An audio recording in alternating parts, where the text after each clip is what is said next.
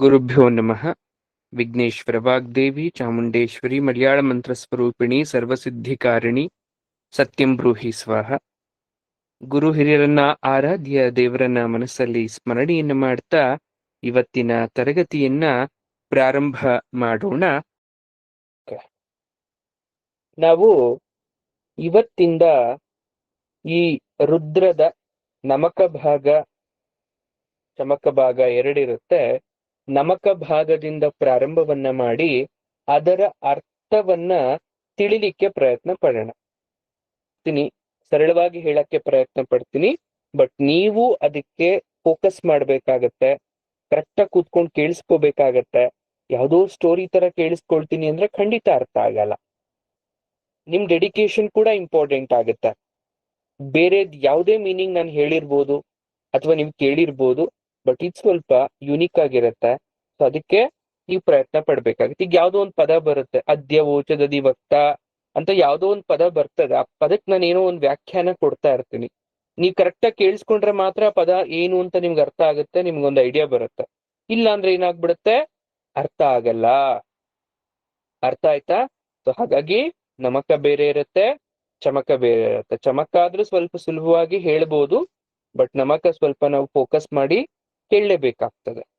ಇದು ಪಾಯಿಂಟ್. ಇನ್ನೊಂದೇನು ಅಂದ್ರೆ, ರುದ್ರ ಇನ್ನು ನಾನು ಈಗ ಹೇಳ್ತಾ ಇಲ್ಲ, ಆದ್ರೂ ನಾನು ಪೂರ್ತಿ ಚಾಂಟ್ ಮಾಡ್ಬೇಕು ಒಂದ್ಸಲ ಕ್ಲಾಸಲ್ಲಿ ನಿಮ್ ಮುಂದೆ. ಸೊ ಅದನ್ನ ನಾನು ಮಾಡ್ತೀನಿ, ಬಟ್ ಮೀನಿಂಗ್ಸ್ ಎಲ್ಲ ಹಾಗೆ ಆಮೇಲೆ ನಾನು ಇನ್ನೊಂದ್ಸಲ ಪೂರ್ತಿ ರುದ್ರ ನಮಕ ಚಮಕ ಅದನ್ನೆಲ್ಲ ಪಾರಾಯಣ ಮಾಡೋಣ. ನಾವು ಒಂದ್ಸಲ ಪಾರಾಯಣ ಮಾಡೋಣ, ಓಕೆನಾ? ಸೊ ಬಟ್ ಪ್ರಾಕ್ಟೀಸ್ ಮಾಡ್ತಾರೆ. ಇನ್ನೊಂದ್ಸಲ ನೀಟಾಗಿ ರೆಕಾರ್ಡ್ ಮಾಡಿ ಯೂಟ್ಯೂಬ್ ಕೂಡ ಅಪ್ಲೋಡ್ ಮಾಡ್ತೀವಿ, ಇದನ್ನೊಂದನ್ನ ಗುರುಕುಲ ಯೂಟ್ಯೂಬ್ ಅಲ್ಲಿ. ಸೊ ನೀವು ಅದನ್ನ ಫುಲ್ ಹಾಕೊಂಡು ಕೂಡ ಕೇಳಿಸ್ಕೊಂಡು ಪ್ರಾಕ್ಟೀಸ್ ಕೂಡ ಮಾಡ್ಕೋಬಹುದು, ಅಥವಾ ದಿನಕ್ಕೆ 1-2 ಸಲ ಕೇಳ್ತಾ ಇದ್ರೆ ನಿಮ್ಗೆ ಅಭ್ಯಾಸ ತರ ಆಗೋಗ್ಬಿಡುತ್ತೆ ಅದು, ಓಕೆನಾ? ಸೊ ಇಷ್ಟು ವಿಚಾರಗಳು.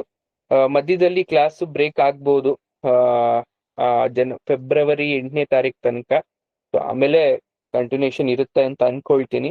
ಸೊ ಮಧ್ಯದಲ್ಲಿ ಏನಾದ್ರೂ 1-2 ಡೇಸ್ ಏನಾದ್ರೂ ಬ್ರೇಕ್ ಆಯ್ತು ಅಂದ್ರೆ ಕ್ಲಾಸ್ ಇರಲ್ಲ. ಅದ್ರ ಬಗ್ಗೆ ನಾನು ಮೊದಲೇ ಇನ್ಫಾರ್ಮ್ ಮಾಡಿರ್ತೀನಿ, ಓಕೆನಾ? ಸೊ ಇಷ್ಟು ಅಪ್ಡೇಟ್ಸ್ ಕೊಡ್ಬೇಕಿತ್ತು, ಕೊಟ್ಟಿದ್ದೀನಿ. ಈಗ ನಾವು ರುದ್ರ ಭಾಗಕ್ಕೆ ಬರ್ತಾ ಹೋಗೋಣ. ನೋಡಿ, ನಮ್ಮ ಸಂಸ್ಕೃತಿ ಅಂತಕ್ಕಂಥದ್ದು ಅತಿ ಪುರಾತನ.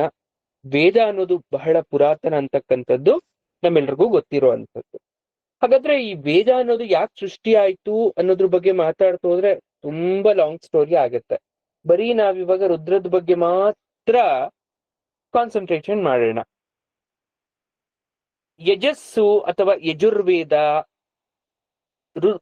ವೇದಗಳಲ್ಲಿ ಋಗ್ವೇದ, ಯಜುರ್ವೇದ, ಸಾಮವೇದ, ಅಥರ್ವಣ ವೇದ ಅಂತ ತಗೊಂಡಾಗ ಈ ಯಜುರ್ವೇದ 89 ಶಾಖೆ ಇದೆ. ಅಂದ್ರೆ ಬ್ರಾಂಚಸ್ ಅಥವಾ ಬೇರೆ ಬೇರೆ ರೀತಿಯಾದಂತ ಒಂದು ವಿಭಾಗ ಅಂತ ನಾವು ಕರಿಬಹುದು. 89 ಡಿಫ್ರೆಂಟ್ ಟೈಪ್ಸ್ ಆಫ್ ಶಾಖಾ ಇದೆ, ಅಥವಾ ಅದಕ್ಕೆ ಒಂದು ಬ್ರಾಂಚಸ್ ಇದೆ. ಇದರಲ್ಲಿ ಸಂಹಿತೆ, ಬ್ರಾಹ್ಮಣ, ಅರಣ್ಯಕ ಅಂತ 3 ಇಂಪಾರ್ಟೆಂಟ್ ಟೈಪ್ಸ್ ಇದೆ. ಅರಣ್ಯಕ ಅಂತಕ್ಕಂಥದ್ದು ಉಪನಿಷತ್ ಸಂಬಂಧಪಡ್ತಕ್ಕಂಥ ಭಾಗ ಇದೆ. ಈ ತರ ನಾವೆಲ್ಲ ಡಿವೈಡ್ ಮಾಡ್ತಾ ಹೋದ್ರೆ ಋಗ್, ಯಜು, ಸಾಮವೇದ ಇದೆಲ್ಲದ್ರಿಂದ ಒಂದು ನಮಗೆ ಡೇಟಾ ಸಿಗುತ್ತೆ. ಆ ಡೇಟಾ ಏನು? ಈಶ್ವರನಿಗೆ ಅತಿ ಪ್ರಿಯವಾಗಿ ಮಾಡಬಹುದಾದಂತಹ ಪೂಜಾ ವಿಧಾನ ಯಾವುದು, ಯಾವ ವಿಧಾನದಲ್ಲಿ ಈಶ್ವರ ದೇವರನ್ನ ಆರಾಧನೆಯನ್ನ ಮಾಡಬೇಕು, ಅಭಿಷೇಕ ಅರ್ಚನೆಗಳು ಹೇಗಾಗ್ಬೇಕು ಅಂತಕ್ಕಂಥ ವಿಚಾರ ನಮ್ಗೆ ಅರ್ಥ ಆಗತ್ತೆ. ಅದರಲ್ಲಿ ಅವರು ಬಹಳ ಮುಖ್ಯವಾಗಿ ಸ್ಪೆಸಿಫಿಕ್ ಆಗಿ ಹೇಳುವಂಥದ್ದೇ ರುದ್ರಾಧ್ಯಾಯ. ಈ ರುದ್ರಾಧ್ಯಾಯ ನಿತ್ಯ ಮುಕ್ತನಾದ ಪರಮೇಶ್ವರನಿಗೆ ಈ ಶತರುದ್ರೀಯ ಮಂತ್ರ ಅಂತಕ್ಕಂಥದ್ದು ಮೋಕ್ಷ ಪ್ರಾಪ್ತಿ ಅಂತ ವಿವರಿಸಿದ್ದಾರೆ. ಕೈವಲ್ಯ ಉಪನಿಷತ್ತಲ್ಲಿ ಇದ್ರ ಬಗ್ಗೆ ಹೇಳ್ತಾರೆ. ಇದಕ್ಕೊಂದು ಕತೆ. ಒಂದು ಕಾಲ ಇತ್ತಂತೆ, ರುದ್ರ ಜಪ ಮಾಡಕ್ಕೆ ಶುರು ಮಾಡ್ಬಿಟ್ರಂತೆ ಎಲ್ಲ. ಈ ಯಾರು ರುದ್ರ ಜಪವನ್ನ ಮಾಡ್ಲಿಕ್ಕೆ ಪ್ರಾರಂಭ ಮಾಡಿದ್ರು ಎಲ್ಲರ ಪಾಪಗಳು ನಷ್ಟ ಆಗೋಗಿ ಪಾಪಿಗಳೇ ಇಲ್ಲದಂತಾಗೋದ್ರು ಭೂಲೋಕದಲ್ಲಿ. ಯಾವಾಗ ಪಾಪಿಗಳೇ ಇಲ್ಲ ಆಗೋದ್ರು ಚಿತ್ರಗುಪ್ತನಿಗೆ ಯಮನಿಗೆ ನರಕದಲ್ಲಿ ಕೆಲಸ ಇಲ್ದಂತಾಗೋಯ್ತಂತೆ. ಈ ವಿಚಾರ ಬ್ರಹ್ಮದೇವರ ಹತ್ರ ಹೋಗಿ ಮನವರಿಕೆಯನ್ನ ಮಾಡ್ಕೊಂಡ್ರು. ಯಮಧರ್ಮ ಚಿತ್ರಗುಪ್ತರು ಎಲ್ಲ ರುದ್ರ ಜಪ ಮಾಡ್ತಾ ಇದ್ದಾರೆ, ಅವರ ಪಾಪಗಳೆಲ್ಲ ನಷ್ಟ ಆಗ್ತಾ ಇದೆ, ನಮ್ಗೆ ಕಾಯಕವೇ ಇಲ್ಲ. ಆಗ ಬ್ರಹ್ಮನಿಂದ ಆದೇಶ ಆಯ್ತಂತೆ, ಅಶ್ರದ್ಧೆ, ಅನಾಚಾರ, ಈ ವಿಚಾರಗಳನ್ನ ಇಟ್ಕೊಂಡು ಏನಾದ್ರೂ ಅಪಕಾರಿಗಳನ್ನ ಮಾಡಿದ್ರೆ ಅಂತವ್ರು ಪಾಪಿಗಳಾಗ್ತಾರೆ ಅಂತ. ಆಗ ರುದ್ರ ವಿಮುಖವನ್ನಾಗಿ ಮಾಡ್ತು, ಪಾಪಿಗಳ ಸಂಖ್ಯೆ ಜಾಸ್ತಿ ಆಯ್ತಾ ಹೋಯ್ತು. ಇದು ಬ್ರಹ್ಮೋತ್ತರ ಖಂಡದಲ್ಲಿ ಬರ್ತಕ್ಕಂಥ ಕಥೆ. ಅಂದ್ರೆ ರುದ್ರಾಗೆ ತಾಳೆ ಮಾಡ್ತಾರೆ. ಇದನ್ನ ಎಷ್ಟು ಪ್ರಾಮುಖ್ಯತೆ ಕೊಡ್ಬೋದು ರುದ್ರಕ್ಕೆ ನಾವು ಅಂತ ನೋಡಿ. ಈ ರುದ್ರಾಧ್ಯಾಯವನ್ನ 11 ಅನುವಾಕ, 3 ವಿಭಾಗ ಅಥವಾ ಮಂತ್ರ ಅಂತ ಕೂಡ ಕರಿಬಹುದು. 3, 6, 16, 48, 169 ಈ ತರ ಬೇರೆ ಬೇರೆ ರೀತಿಯಲ್ಲಿ ಏನ್ ಮಾಡ್ತಾರೆ ಅಂದ್ರೆ ಹೋಮವನ್ನ ಮಾಡ್ತಾರೆ. ಈಗ ರುದ್ರ ಹೋಮ ಮಾಡಿಸ್ಬೇಕು ಅಂತ ಯಾರೋ ಒಬ್ರು ಹೇಳ್ತಾರೆ, ಅಥವಾ ಎಲ್ಲೋ ಮಾಡ್ತಾ ಇರ್ತಾರೆ, ಕೇಳಿರ್ಬೋದು ನೀವು. ಅದನ್ನ ಅವರು 3 ಸಲ, 6 ಸಲ, 16 ಸಲ, 48 ಸಲ ಅಥವಾ 169 ಸಲ ಮಾಡ್ತಾರೆ. ವಿಭಾಗವನ್ನ ಮಾಡ್ಕೊಂಡು ಹೋಮ ಮಾಡ್ತಾರೆ. ಇದಕ್ಕೆ ಕೌಂಟಿಂಗ್ ಇರುತ್ತೆ, ಲೆಕ್ಕಾಚಾರ ಹಾಕೊಂಡು ಹೋಮ ಮಾಡೋದು. ರುದ್ರ ಹೋಮ ಮಾಡ್ಬೇಕಾದ್ರೆ ಸುಮ್ನೆ ಸುಮ್ನೆ ಹೋಮ ಮಾಡಂಗಿಲ್ಲ. ಹಾಗಾದ್ರೆ ಲೆಕ್ಕಾಚಾರ ಹೇಗೆ ಹಾಕೊಂಡ್ ಮಾಡ್ತಾರೆ ಗುರುಗಳೇ ಅಂತ ನೀವೇನಾದ್ರೂ ಕೇಳಿದ್ರೆ, ಈಗ 11 ಜನ ಋತ್ವಿಜರು ಇರ್ತಾರೆ ಅಂತ ಅನ್ಕೊಳ್ಳಿ. ಅಂದ್ರೆ 11 ಜನ ಈಗ ರುದ್ರಪಾರಾಯಣವನ್ನ ಮಾಡ್ಬೇಕು. ಮೊದಲು 11 ಆವರ್ತಿ ರುದ್ರಪಾರಾಯಣ ಮಾಡಿದ್ರೆ 121 ಕೌಂಟ್ ಸಿಗುತ್ತೆ. 121 ಹೆಂಗೆ? 11 11 ಎಷ್ಟು? 11 11 ಎಷ್ಟು? 11 ಜನ 11 ಸಲ ರುದ್ರಪಾರಾಯಣ ಮಾಡಿದ್ರೆ 120 ಆಯ್ತಲ್ಲ, 121 ಆಯ್ತಲ್ಲ. ಅಂದ್ರೆ 121 ಜಪ ಆಯ್ತು.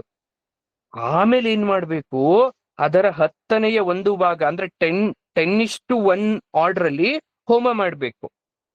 ಆಮೇಲೆ ಚಮಕ ಮಂತ್ರವನ್ನ ಹೇಳ್ಕೊಂಡು ವಸೋಧಾರೆ ಅಂತಕ್ಕಂಥದ್ದ ಮಾಡ್ತಾರೆ. ಇದು ನಾವು ರುದ್ರೈಕಾದಶಿನಿ ಅಥವಾ ರುದ್ರ ಹೋಮ ಅಂತ ಕರಿತೀವಿ. ಅದಕ್ಕೊಂದು ಪ್ರೊಸೀಜರ್ ಇದೆ ರುದ್ರ ಹೋಮ ಮಾಡ್ಲಿಕ್ಕೆ. ಈ ರುದ್ರ ಹೋಮಕ್ಕೂ ಹಾಗಾದ್ರೆ ಈ ರುದ್ರಕ್ಕೂ ಏನ್ ಸಂಬಂಧ ಅಂದ್ರೆ, ರುದ್ರವನ್ನ ಹೇಳ್ದೆ ರುದ್ರ ಹೋಮ ಮುಗಿಯೋದೇ ಇಲ್ಲ. ರುದ್ರ ನಮಕ ಚಮಕವನ್ನ ಪಠಣ ಮಾಡಿದ್ರೇನೆ ರುದ್ರ ಹೋಮ ಆಗೋದು. ಅರ್ಥ ಆಗ್ತಾ ಇದ್ಯಾ? ಈಗ ಚಡಂಗೈಕಾದಶಿ ರುದ್ರೋ ರುದ್ರೈಕಾದಶ ರುದ್ರತಃ ಏಕಾದಶಾಭಿರೇತಾಭಿಹ ಮಹಾರುದ್ರಚ ಕಥ್ಯತೆ ಅಂತ ಹೇಳ್ತಾರೆ. ಅಂದ್ರೆ ರುದ್ರ ಹೋಮವನ್ನ ಮಾಡಕ್ಕೆ ಒಂದು ಪ್ರೊಸೀಜರ್. ಈ ಮಹಾರುದ್ರ ಅಂತ ಮಾಡ್ತಾರೆ, ಕೇಳಿರ್ಬೋದು. ಈಗ ನಾವು ಈ ಒಂದು ಸ್ಥಳದಲ್ಲಿ ಮಹಾರುದ್ರವನ್ನ ಆಯೋಜಿಸಿದ್ದೇವೆ ಅಂತ ಹೇಳ್ತಾರೆ. ಮಹಾರುದ್ರ ಅಂದ್ರೆ 11 ಸಲ ನಾವೇನ್ 11 ಆವರ್ತಿ ಏನಾದ್ರೂ ಮಾಡಿದ್ರೆ ರುದ್ರ ಹೋಮ ಮಹಾರುದ್ರ ಆಗತ್ತೆ. 11 ಸಲವನ್ನ ಮತ್ತೆ ಇನ್ನು 11 ಸಲ 11 into 11 ಮಾಡಿದ್ರೆ ಅತಿರುದ್ರ ಆಗತ್ತದು. ಮಹಾರುದ್ರ ಫಸ್ಟ್, ಮಹಾರುದ್ರ ಆದ್ಮೇಲೆ ಇನ್ನೊಂದು ಬರದೆ ಅತಿರುದ್ರ. ಈಗಿನ ಕಾಲದಲ್ಲಿ ಇದನ್ನ ಮಾಡ್ಸೋದು ತುಂಬಾ ಕಡಿಮೆ. ಈ ಚಿಕ್ಕಮಂಗ್ಳೂರಲ್ಲಿ ರೀಸೆಂಟ್ ಆಗಿ ಮಾಡಿಸಿದ್ರು. ಅವರು 11 into 11 into 11 ಅಂದ್ರೆ 11 to the power of 4 times ಮಾಡಿದ್ರು ಅವ್ರು. ಅರ್ಥ ಆಗ್ತಾ ಇದ್ಯಾ?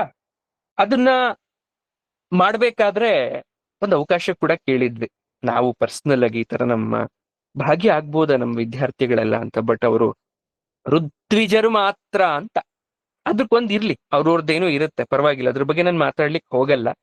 ಧೋರಣೆ. ಹಾಗಾಗಿ ನಾನ್ ನಿಮ್ಗೆ ಹೇಳೋದು, ಚೆನ್ನಾಗಿ ಕಲ್ತ್ಕೊಳ್ಳಿ. ಇದರ ಪವರ್ ನಿಮ್ಗೆ ಗೊತ್ತಿಲ್ಲ.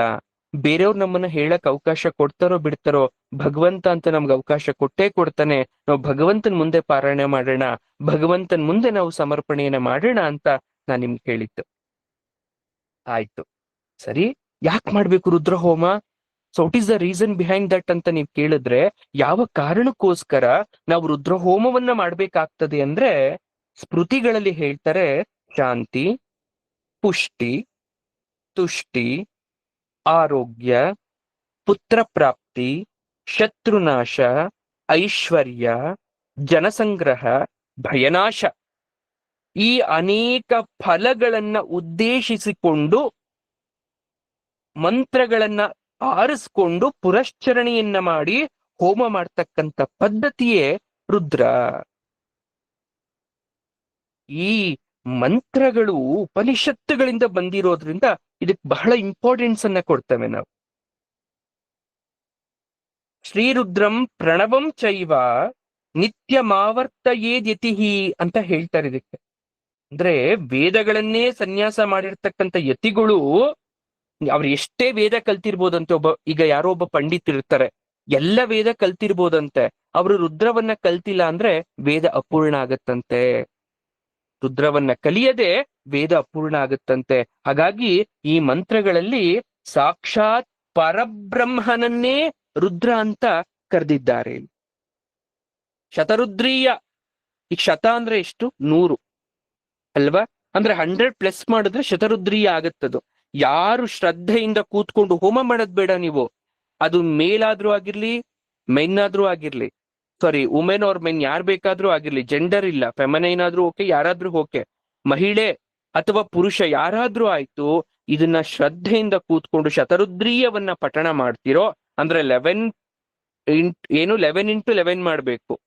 ಒಂದೇ ದಿವಸ ಮಾಡ್ಬೇಕು, ಒಂದೇ ದಿವಸ ಅಲ್ಲ, ಅದ್ ನಿಮ್ಮಿಷ್ಟ. ಒಂದೇ ದಿವಸ ಮಾಡ್ತಾರೆ, ಬಟ್ ಆಗ್ಲಿಲ್ಲ ಅಂದ್ರೆ ಪ್ರತಿನಿತ್ಯ 11 ದಿವಸ ನೀವೇನಾದ್ರೂ ಅದನ್ನ ಕೂತ್ಕೊಂಡು ಪಾರಾಯಣ ಮಾಡಿದ್ದೆ ಆದ್ರೆ ಜ್ಞಾನವನ್ನ ಹೊಂದಿ ಪರಮ ಗತಿಯನ್ನ ಹೊಂದುತ್ತಾನೆ ಅಂತ ಸೂತ ಸಂಹಿತಾ ವಾಕ್ಯದಲ್ಲಿ ಇದ್ರ ಬಗ್ಗೆ ಅಂದ್ರೆ ಉಲ್ಲೇಖವನ್ನ ಕೊಡ್ತಾರೆ.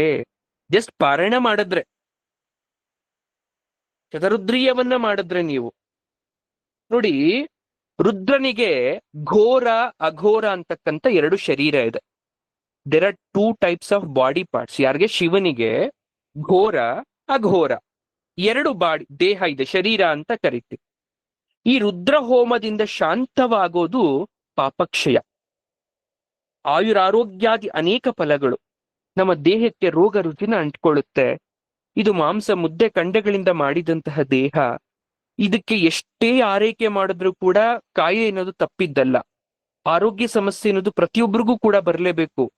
ಅದು ಗುರುಸ್ಥಾನದಲ್ಲಾದ್ರೂ ಇರ್ಲಿ, ಎಷ್ಟೇ ದೊಡ್ಡ ವ್ಯಕ್ತಿ ಆಗಿರ್ಲಿ.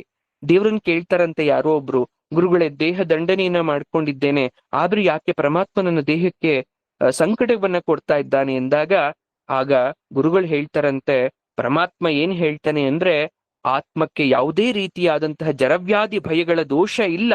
ಆತ್ಮ ಅದು ಯಾವುದೇ ಪ್ರಾಣಿ ದೇಹವನ್ನ ಹೊಕ್ಕಿದ್ರೂ ಕೂಡ ಅದಕ್ಕೆ ಕಟ್ಟಿಟ್ಟ ಬುತ್ತಿ ಆರೋಗ್ಯ ಸಮಸ್ಯೆ ಅಂತಕ್ಕಂಥದ್ದು. ನೀನ್ ಪಾಮರನಾದ್ರೂ ಆಗಿರು, ನೀನು ಪುಣ್ಯಾತ್ಮನಾದ್ರೂ ಆಗಿರು, ಪಂಡಿತನಾದ್ರೂ ಆಗಿರು, ಅದು ನಿನ್ನನ್ನ ಕಾಡ್ಲೇಬೇಕು ಅಂತ. ನೀನ್ ಎಷ್ಟೇ ಯೋಗ ಸಾಧನೆಯನ್ನ ಮಾಡಿರೋ, ಅಷ್ಟಾಂಗ ಯೋಗ ವಿದ್ಯೆಗಳನ್ನ ತಿಳ್ಕೊಂಡಿರು, ಅದು ನಿನ್ನನ್ನ ಕಾಡ್ಲೇಬೇಕು ಅಂತ. ಹಾಗಾಗಿ ದೇವ್ರನ್ನ ಕೇಳ್ತಾ ಇರ್ತೀವಿ, ಯಾಕಪ್ಪ ನನ್ಗೆ ಈ ಶಿಕ್ಷೆ ಕೊಟ್ಟೆ, ಯಾಕೆ ಈ ರೀತಿಯಾದಂತಹ ಕಾಯಿಲೆಗಳನ್ನ ನನ್ ತಂದು ಕೊಟ್ಟೆ ಅಂತ. ಅದಕ್ಕೆ ದೇವ್ರದ್ದು ತಪ್ಪಲ್ಲ, ನಾವು ಇರುವಂತಹ ದೇಹದ್ದೇ ತಪ್ಪು. ನಾವು ಈ ಭೂಮಿಯಿಂದ ಹೋಗೋ ತನಕ ಅದೆಲ್ಲವನ್ನ ಅನುಭವಿಸಿ ಹೋಗ್ಬೇಕಾಗ್ತದೆ. ಆ ಕ್ಷಣದಲ್ಲಿ ಅನುಭವಿಸಕ್ಕಾಗಲ್ಲ. ಹಾಗಾಗಿ ಪರಮಾತ್ಮನ ಹತ್ರ ನಾವು ಪ್ರಾರ್ಥನೆಯನ್ನ ಮಾಡೋದು ಆಯುರಾರೋಗ್ಯಕ್ಕೋಸ್ಕರ. ಈಗ ಇಲ್ಲಿ ಏನಾಗ್ತಾ ಇದೆ, ನಾವು ಈ ರುದ್ರ ಹೋಮವನ್ನ ಅಥವಾ ರುದ್ರ ಪುನಶ್ಚರಣೆಯನ್ನ ಮಾಡೋದ್ರಿಂದ ನಮಗೆ ಘೋರ ಅಘೋರ ಅಂತಕ್ಕಂಥ ಪರಮಾತ್ಮನ ಶರೀರ ರೂಪದಿಂದ ಆಯುರಾರೋಗ್ಯಗಳು ನಮಗೆ ಲಭಿಸುತ್ತೆ. ನೋಡಿ, ರುದ್ರ ಅಂದಿದ ತಕ್ಷಣ ನಮ್ಮ ನೆನಪಿಗೆ ಬರೋದು ತ್ರಿಶೂಲ. ಶಿವನ ಕೈಲಿ ತ್ರಿಶೂಲ ಇರುತ್ತೆ. ಆದ್ರೆ ರುದ್ರದಲ್ಲಿ ಆತನನ್ನ ಖಡ್ಗ ಬಾಣ ಬಿಲ್ಲುಗಳಿಂದಲೇ ವರ್ಣಿಸಿದ್ದಾರೆ. ಅವ್ರು ತ್ರಿಶೂಲದಿಂದ ಪರಮಾತ್ಮನನ್ನ ವರ್ಣಿಸ್ಲೇ ಇಲ್ಲ. ಹಾಗಾದ್ರೆ ಯಾಕಿರ್ಬೋದು ಅಂತ ನೋಡಿದ್ರೆ, ಈ ಬಾಣ ಆರು ಅಂತಕ್ಕಂಥದ್ದು ಶಾಂತ. ನೋಡಿ, ಧನುಸ್ಸಿನ ಹಗ್ಗವನ್ನ ಸಡಿಲಿಸಿದಾಗ ಮಾತ್ರ ಬಾಣ ಮುಂದಕ್ಕೆ ಹೋಗುತ್ತೆ. ಹಾಗೆ ಇದರ ತಿರುಳೇನು ಅಂದ್ರೆ, ಪುರಾಣ ಬರುತ್ತೆ, ರುದ್ರ ತ್ರಿಪುರಾಸುರನನ್ನ ಸಂಹಾರ ಮಾಡ್ತಕ್ಕಂಥ ಕತೆ ನಿಮ್ಮೆಲ್ರಿಗೂ ಗೊತ್ತಿರ್ಬೋದು ಅಲ್ವಾ? ಪುರ ಅಂದ್ರೆ ವಾಸಸ್ಥಾನ ಅಂತ. ಹಾಗೆ ಈ ನಮ್ಮ ಶರೀರದಲ್ಲಿ ಪರಮಾತ್ಮನ ಪುರ ಇದೆ, ಅದೇ ಆತ್ಮ. ಈ ಆತ್ಮದಲ್ಲಿ ಪರಮಾತ್ಮ ಇರ್ಬೇಕು ಅಂದ್ರೆ ನಾವು ಬಾಣ ಪ್ರಯೋಗ ಮಾಡಬೇಕು, ಸುಡ್ಬೇಕು. ಕಷ್ಟ ಕಾರ್ಪಣ್ಯಗಳು ನಮ್ಮ ದೇಹವನ್ನ ಸುಡ್ಬೇಕು. ಆ ಧನುಸ್ಸಿನ ಹಗ್ಗ ಸಡಿಲಿಸ್ಬೇಕು. ಆಗ ಮಾತ್ರ ಬಾಣ ಮುಂದಕ್ಕೆ ಹೋಗ್ಲಿಕ್ಕೆ ಸಾಧ್ಯ. ಹಾಗಾಗಿ ಇಲ್ಲಿ ಬಾಣವನ್ನ ವರ್ಣಿಸಿದ್ದಾರೆ. ನೀಲಗ್ರೀವತ್ವ, ಪಿನಾಕ ಪಾಣಿತ್ವ, ಭಕ್ತಾನುಗ್ರಹತ್ವ, ಭವಸ್ಯ ಹೇತ್ಯೆ ಅಂತ ಪರಮಾತ್ಮನನ್ನ ವರ್ಣಿಸ್ತಾರೆ. ನಾವು ಬರೀ ಸದಾಶಿವ, ಶಂಭೋ, ಮಹಾದೇವ ಇದನ್ನೇ ಕೇಳಿರ್ತೇವೆ. ಬೇರೆ ನಾಮಗಳು ಕೂಡ ಇದೆ ಅನ್ನೋದು ರುದ್ರ ಪಠಣ ಮಾಡಿದ್ಮೇಲೆ ನಿಮ್ಮೆಲ್ರಿಗೂ ಅರ್ಥ ಆಗಿರುತ್ತೆ. ಭವಾಯ ರುದ್ರಾಯ ಶರ್ವಾಯ ಅಂತ ನಾವು ಪರಮಾತ್ಮನನ್ನ ವರ್ಣಿಸ್ತಾ ಹೋಗ್ತೀವಿ. ಹಾಗಾದ್ರೆ ರುದ್ರ ಅನ್ನೋ ಹೆಸರು ಯಾಕೆ ಬಂತು ಅಂತ ನಾವು ವ್ಯಾಖ್ಯಾನವನ್ನ ತೆಗೆದು ನೋಡಿದಾಗ, ಮಗು ಹುಟ್ಟಿದ ತಕ್ಷಣ ತುಂಬಾ ಜೋರಾಗಿ ಅಳ್ತಿತ್ತಂತೆ, ಅದಕ್ಕೆ ರುದ್ರ ಅಂತ ಹೆಸರಿಟ್ರಂತೆ ಅಂತ ಒಂದು ಕಡೆ ಉಲ್ಲೇಖ ಮಾಡ್ತಾರೆ. ಶಿವ ಅಥವಾ ರುದ್ರ ಅಥವಾ ಮಹೇಶ್ವರ, ವಿಷ್ಣು, ಬ್ರಹ್ಮದೇವರು ಜನನ ಆಗತ್ತೆ, ಅವರವರ ರೂಪ ಸಾಮರ್ಥ್ಯಗಳನ್ನ ನೋಡಿ ಹೆಸರನ್ನ ಕೊಡ್ತಾ ಹೋಗ್ತಾರೆ. ಹಾಗೆ ರುದ್ರದೇವ ಹುಡ್ತಾಗ ತುಂಬಾ ಅಳ್ತಿದ್ನಂತೆ, ಅದಕ್ಕೆ ರುದ್ರ ಅಂತ ಹೆಸರಿಟ್ರಂತೆ ಅಂತ ಒಂದು ಕಡೆ ಉಲ್ಲೇಖವನ್ನ ಮಾಡ್ತಾರೆ. ಯಾಕಂದ್ರೆ ಅದ್ ನಿಜನ ಅಂತ ನೋಡೋದು ಒಂದು ಕಡೆ ಆದ್ರೆ, ರುದ್ರಂ ಸಂಸಾರ ದುಃಖಂ ದ್ರಾವಯತಿ ನಾಶಯತಿ ರುದ್ರಹ ಅಂತ ಇನ್ನೊಂದು ಕಡೆ ಹೇಳ್ತಾರೆ. ರುದ್ರ ಅಂದ್ರೆ ಏನು? ಸಂಸಾರವೆಂಬ ಸುಖ ದುಃಖ ಭೋಗ ರೂಪವಾದ ಕರ್ಮ ಫಲಗಳ ಸಂತಾನವನ್ನ ನಾಶಗೊಳಿಸೋವನೇ ರುದ್ರ ಅಂತ ಹೇಳ್ತಾರೆ. ಹಾಗಾಗಿ ಈ ರುದ್ರನಾಮಕ್ಕೆ ಬಹಳಷ್ಟು ವ್ಯಾಖ್ಯಾನವನ್ನ ಕೊಡ್ತಾ ಹೋಗ್ತಾರೆ, ಅರ್ಥ ಕೂಡ ಹೋಗ್ತಾರೆ. ಅದ್ರ ಬಗ್ಗೆ ಈಗ ರುತ್ರೋದಿಕ, ಬಂದಿಕ, ಮೋಹಿಕ, ಶಕ್ತಿ, ತದ್ವಾನ್ ರುದ್ರಹ ಅಂತ ಕೂಡ ಹೇಳ್ತಾರೆ. ಅಂದ್ರೆ ರುದ್ರ ಅಂದ್ರೆ ಏನು ಅಂದ್ರೆ ಕಟ್ ಹಾಕೋದು, ಮೋಹ ಉಂಟು ಮಾಡೋದು, ಪಾಪಿಗಳನ್ನ ಬಂಧಿಸೋದು. ಭಕ್ತರು ಪರಮಾತ್ಮನನ್ನ ಬೇಡ್ದಾಗ ಅವರನ್ನ ನರಕದಿಂದ ಎತ್ತಿ ಉದ್ಧರಿಸೋದಕ್ಕೆ ರುದ್ರ ಅಂತ ಕರೀತಾರೆ. ಅನೇಕವಾದಂಥದ್ದು. ಇನ್ನೊಂದ್ ಕಡೆ ಹೇಳ್ತಾರೆ, ಓಂಕಾರ ರೂಪವಾದ ಶಬ್ದದಿಂದ, ಆತ್ಮದಿಂದ ಹುಟ್ಟಿರುವವನನ್ನ ರುದ್ರ ಅಂತ ಕರಿತೀವಿ ಅಂತ.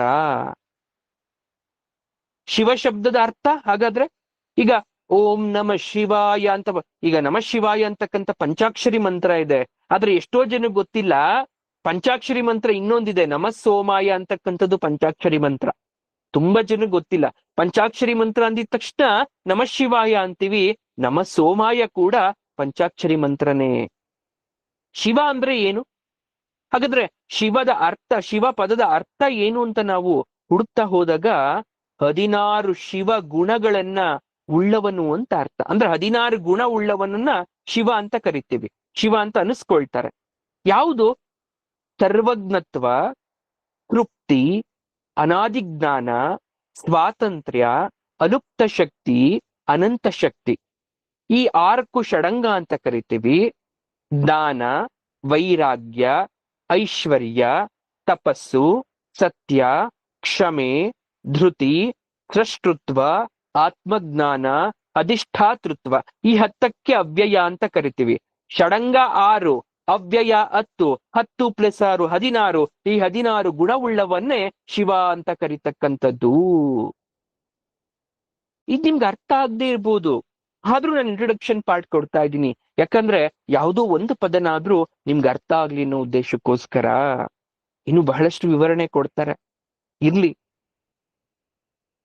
ಈಗ ನಾವು ರುದ್ರನ ಅರ್ಥ ಮಾಡ್ಕೊಳ್ಬೇಕು ಅಂತ ಹೋದಾಗ ನಾವ್ ಯಾವ ಸೋರ್ಸ್ ಅನ್ನ ನಾವು ನೋಡ್ಬೋದು ಅಥವಾ ಯಾವ ಬುಕ್ಕನ್ನ ಓದಬೇಕು ಅಂದಾಗ, ನಿಮ್ಗೆ ಆ ರೀತಿಯಾದಂತಹ ಪುಸ್ತಕಗಳು ಅವೈಲಬಲ್ ಇಲ್ಲದೆ ಇದ್ರು ಕೂಡ ಇದಕ್ಕೆ ಭಾಷ್ಯವನ್ನ ಭಟ್ಟಭಾಸ್ಕರ ಭಾಷ್ಯ, ಶ್ರೀ ಮಧಭಿನವ ಶಂಕರಾಚಾರ್ಯ ಭಾಷ್ಯ, ವಿಷ್ಣಸೂರಿಗಳ ಭಾಷ್ಯ ಅಂತಕ್ಕಂಥ 3 ಜನ ಮಹಾಲೇಖಕರು ಇದಕ್ಕೆ ಭಾಷ್ಯವನ್ನ ಬರೆದಿರ್ತಾರೆ. ಸಾಯಣಾಚಾರ್ಯ ಅಂತಕ್ಕಂಥವ್ರು ಕೂಡ ಇದಕ್ಕೆ ಬರೀಲಿಕ್ಕೆ ಪ್ರಯತ್ನವನ್ನ ಪಡ್ತಾರೆ. ಆದ್ರೆ ಅವರವರೇ ಆದಂತಹ ಬೇರೆ ಅವರು ಅದಕ್ಕೆ ಭಾಷ್ಯವನ್ನ ಬರೆದಿದ್ದಾರೆ.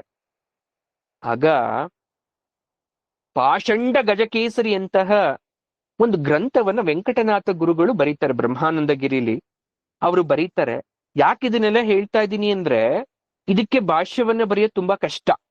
ಆದ್ರೂ ಕೂಡ ಆ ಮಹಾ ಪಂಡಿತರು ಆಗ ಬಹಳ ಹಿಂದೆ ಇದನ್ನ ಬರೆದಿಟ್ಟಿರ್ತಾರೆ.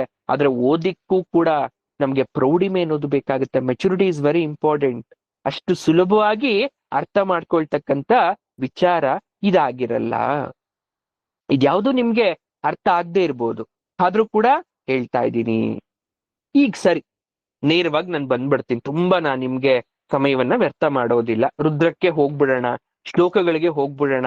ಹಾಗಂದ್ರೆ ಏನು ಅನ್ನೋದ್ನೇ ನಾವು ನೋಡ್ತಾ ಹೋದ್ರೆ, ಮೊದಲನೇ ಶ್ಲೋಕದಿಂದನೇ ನಾವು ಪ್ರಾರಂಭ ಮಾಡ್ತೀವಿ. ಅಂದ್ರೆ ಏನಿದೆ? ಓಂ ನಮೋ ಭಗವತೆ ರುದ್ರಾಯ, ಓಂ ನಮಸ್ತೆ ರುದ್ರ ವ ಮನ್ಯವ ಉತೋತ ಇಷವೇ ನಮಃ. ನಮಸ್ತೆ ರುದ್ರ ಅಂತ ಶುರು ಆಗುತ್ತೆ. ಓಂ ನಮೋ ಭಗವತೆ ರುದ್ರಾಯ ಬಿಟ್ರೆ ಓಂ ನಮಸ್ತೆ ರುದ್ರ ಅಂತ ಶುರು ಆಗುತ್ತೆ. ನಮಸ್ತೆ ರುದ್ರ. ನೋಡಿ, ರುದ್ರಾಧ್ಯಾಯದಲ್ಲಿ 11 ಅನುವಾಕ ನಾನು ಹೇಳಿದ್ದೀನಿ.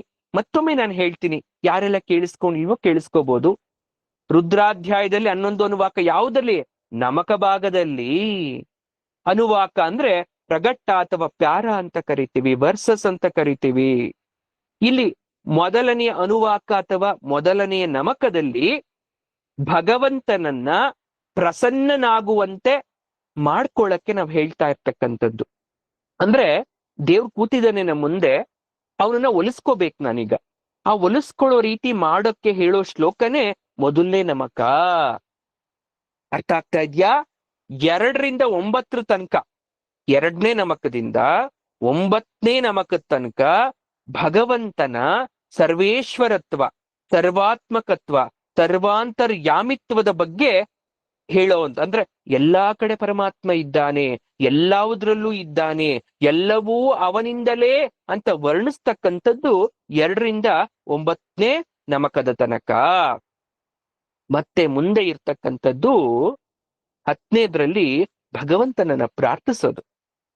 ಎರಡೂ ಕೈಯನ್ನು ಮುಗಿಸಿ ಪರಮಾತ್ಮ ಅಂತ ಪ್ರಾರ್ಥಿಸ್ತಕ್ಕಂಥದ್ದು. ಇನ್ನು 11ನೇದಲ್ಲಿ ಭಗವದಂಶ ಸಂಭೂತರಾದ ರುದ್ರರುಗಳ ಬಗ್ಗೆ ನೀವು ಕೇಳಿರ್ಬೋದು, 11 ಏಕಾದಶ ರುದ್ರ ಇದ್ದಾರೆ ಅಂತ. ಆತರ ಬೇರೆ ಬೇರೆ ರುದ್ರರ ಬಗ್ಗೆ ನಾವು ಸ್ತುತಿಸೋದೆ ಕೊನೆಯ ನಮಕ. ಹೀಗೆ ರುದ್ರಾಧ್ಯಾಯವನ್ನ 3 ಭಾಗವಾಗಿ ನಾವು ವಿಂಗಡಿಸ್ತೇವೆ. ವಿದ್ಯೆಗಳಲ್ಲೆಲ್ಲ ವೇದ ಹೆಚ್ಚಿನದು. ಶ್ರುತಿ ಅಂತೀವಿ ವೇದವನ್ನ. ಶ್ರುತಿಯಲ್ಲಿ ರುದ್ರೈಕಾದಶಿನಿ ಅಂತಕ್ಕಂಥದ್ದು ಒಂದು ಭಾಗ. ಎಲ್ರೂ ಹೇಳ್ತಾ ಇರ್ತಾರೆ ನೋಡಿ, ಶಿವನ ಬಗ್ಗೆ ನಿಮ್ಗೆ ಯಾವುದೇ ಸ್ತೋತ್ರ ಗೊತ್ತಿಲ್ಲ ಅಂದ್ರೆ, ಮಂತ್ರ ಗೊತ್ತಿಲ್ಲ ಅಂದ್ರೆ ನಮಃ ಶಿವಾಯ ಅಂತಕ್ಕಂಥ ಪಂಚಾಕ್ಷರಿ ಮಂತ್ರವನ್ನ ಕಲ್ತ್ಕೊಳ್ಳಿ ಸಾಕು. ಯಾಕಂದ್ರೆ ಲೋಕಾನಾಂ ಶಿವಂ ಮಂಗಲಂ ಅಂತ ಕರೀತಾರೆ. ಶಿವನಾಮ ಜಪ ಮಾಡಿದ್ರೆ ಲೋಕ ಕಲ್ಯಾಣ ಆಗತ್ತೆ. ಶಿವ ಅಂದ್ರೆ ಶ್ರೇಯಸಂ ಶಿವಂ ಭದ್ರಂ ಕಲ್ಯಾಣಂ ಮಂಗಳಂ ಶುಭಂ ಅಂತ. ಹಾಗೆ ಈ ರುದ್ರಾಧ್ಯಾಯಕ್ಕೆ ನಮಕ ಅಂತ ಕೂಡ ಕರಿತೀವಿ. ನಮಃ ಶಬ್ದದಿಂದ ಪ್ರಾರಂಭ ಆಗೋದ್ರಿಂದ ಇದನ್ನ ನಾವು ನಮಕ ಅಂತ ಹೆಸರನ್ನ ಕರಿತೀವಿ. ಇಲ್ಲಿ ನಮಃ ಶಬ್ದ 100 ಸಲ ಬರ್ತಾ ಹೋಗುತ್ತೆ. ನಮಃ ಅಂದ್ರೆ ಇಸ್ ನಥಿಂಗ್ ಬಟ್ ನಮಸ್ಕಾರ ಅಂತ ಅರ್ಥ. ನನಗಿಂತ ಮತ್ತೊಂದು ವಸ್ತು ದೊಡ್ಡದು ಯಾವುದು ಅಂತ ಒಂದು ಯೋಚನೆ ಮಾಡಿದ್ರೆ, ನನಗಿಂತ ದೊಡ್ಡ ವಸ್ತು ಯಾವುದು ಅಂತ ಯೋಚನೆ ಮಾಡಿದ್ರೆ ಯಾವುದೋ ಒಂದು ವಸ್ತು ನೆನಪಾಗತ್ತೆ. ಆ ವಸ್ತುಗಿಂತ ದೊಡ್ಡ ವಸ್ತು ಯಾವುದು ಅಂತ ನಾವು ಯೋಚನೆ ಮಾಡ್ತಾ ಹೋದಾಗ ಅದು ಪರಬ್ರಹ್ಮ ಅಂತ ನಮಗೆ ಗೊತ್ತಾದಾಗ ಅವನೇ ಪರಮೇಶ್ವರ ಅಲ್ವಾ. ಹಾಗಾದ್ರೆ ನಾನು ಆತನಿಗೆ ಕೈಯನ್ನ ಮುಗಿಬೇಕು ಅಂತ ನಾವು ಹೇಳ್ತಕ್ಕಂಥದ್ದೇ ನಮಃ, ನಮಸ್ಕಾರ ಅಂತ. ಅರ್ಥ ಆಯ್ತಾ? ಸೊ ಹಾಗಾಗಿ ಇಲ್ಲಿ ನಾವು ನಮಃ ನಮಃ ಅಂತಕ್ಕಂಥ ಶಬ್ದವನ್ನ ನಾವು ಉಚ್ಚಾರಣೆ ಮಾಡ್ತಾ ಇರ್ತೀವಿ. ಆಗ್ಲೇ ಹೇಳ್ದೆ, ರುದ್ ಅಂದ್ರೆ ಏನ್ ಗೊತ್ತಾ? ಆಕ್ಚುಯಲ್ ಮೀನಿಂಗು ಅಳೋದು ಅಂತ ಅರ್ಥ. ಅಳುವಿಕೆ. ಡಿಕ್ಷನರಿ ತೆಗೆದ್ರೆ ಸಪೋಸ್ ಈ ಪದದ ಎಕ್ಸಾಕ್ಟ್ ಮೀನಿಂಗ್ ನನ್ಗೆ ಗೊತ್ತಾಗ್ಬೇಕು ಅಂದ್ರೆ, ರುದ್ ಅಂದ್ರೆ ಅಳೋದು. ಅಯ್ಯೋ ಎಷ್ಟು ರೋದಿಸುತ್ತಪ್ಪ ಈ ಮಗು, ತುಂಬಾ ರೋದನೆ ಕೊಡುತ್ತಪ್ಪ ಅಂತೀವಿ. ರೋದನೆ, ರುದ್ ಅಂದ್ರೆ ಅಳೋದು ಅಂತ ಅರ್ಥ ಆಗತ್ತೆ. ಮನುಷ್ಯನ ಜೀವನ ಎಲ್ಲಿಂದ ಪ್ರಾರಂಭ ಆಗುತ್ತೆ ಅಂತ ಯಾರೊಬ್ಬ ಪ್ರಶ್ನೆ ಕೇಳಿದ್ರೆ ತುಂಬಾ ಚೆನ್ನಾಗಿ ಉತ್ತರ ಕೊಟ್ರಂತೆ. ಅಳೋದ್ರಿಂದ ಪ್ರಾರಂಭ ಆಯ್ತು ಅಂತ. Where we started from crying. ಅಳೋದ್ರ ಮುಖಾಂತರ ನಮ್ ಜೀವನ ಸ್ಟಾರ್ಟ್ ಆಯ್ತು. ನಕ್ಕೊಂಡು ಹುಟ್ಟಿದ್ವಾ ಯಾರಾದ್ರೂ? ಫಸ್ಟ್ ಡಾಕ್ಟರ್ ನೋಡ್ತಾರಂತೆ, ಅಯ್ಯೋ ಮಗು ಅಳ್ಳಿಲ್ವಾ, ಹಾಗಾದ್ರೆ ಅಬ್ನಾರ್ಮಲ್. ಹತ್ತಿದ್ರೆ ನಾರ್ಮಲ್, ಹುಟ್ಟಿದ ತಕ್ಷಣ ಆಮೇಲೆ ಹತ್ರ ಅದು ಟಾರ್ಚರ್. ಆದ್ರೆ ಇಲ್ಲಿ ನಾವು ಅಬ್ಸರ್ವ್ ಮಾಡ್ಬೇಕಾಗಿರೋ ವಿಚಾರ ಏನು ಅಂದ್ರೆ, ರುದ್ ಅಂದ್ರೆ ಅಳೋದು. ಮಾತೃ ಗರ್ಭದಿಂದ ಶಿಶು ಹೊರಕ್ಕೆ ಬಂದ ತಕ್ಷಣ ಅಳಬೇಕು. ಯಾವ ಮಗು ಅಳಲ್ವೋ ಅದು ಅಪಶಕುನ ಅಂತ ಕರೀತಾರೆ. ಇದು ತುಂಬಾ ಜನ ಗೊತ್ತಿಲ್ಲ. ಮಕ್ಕಳು ಹುಟ್ಟಿದ ತಕ್ಷಣ ಅಳ್ಳಿಲ್ಲ ಅಂದ್ರೆ ಅದು ಅಪಶಕುನ. ಅದು ಬೇರೆ ಸೂಚನೆಯನ್ನ ಕೊಡ್ತಾ ಹೋಗುತ್ತೆ. ಅದು ಆರೋಗ್ಯವಾಗಿಲ್ಲ ಅಂತ ಕರಿಬಹುದು. ಈ ಅಳು ಅಂತಕ್ಕಂಥದ್ದು ಸಂಸಾರದ ದುಃಖದ ಸೂಚಕ. ಇಂತಹ ಅಳುವನ್ನ ನಾಶ ಮಾಡುವವನೇ ರುದ್ರ. ಪರಮೇಶ್ವರನ ನಂಬಿದವರು ಸಂಸಾರದಿಂದ ಉದ್ಧಾರವಾಗ್ತಾರೆ ಅಂತಕ್ಕಂಥದ್ದು. ಡ್ರಾ ಅಂದ್ರೆ ಕುತ್ಸಿತ ಅಂತ ಕರಿತೀವಿ. ಅಂದ್ರೆ ಋಣದ್ಧಿ, ನರಕಕ್ಕೆ ಬೀಳ್ದೇ ಇರೋ ತರ ತಡೆಯೋದಕ್ಕೆ ದ್ರ, ರುದ್ ಪ್ಲಸ್ ದ್ರ, ರುದ್ರ.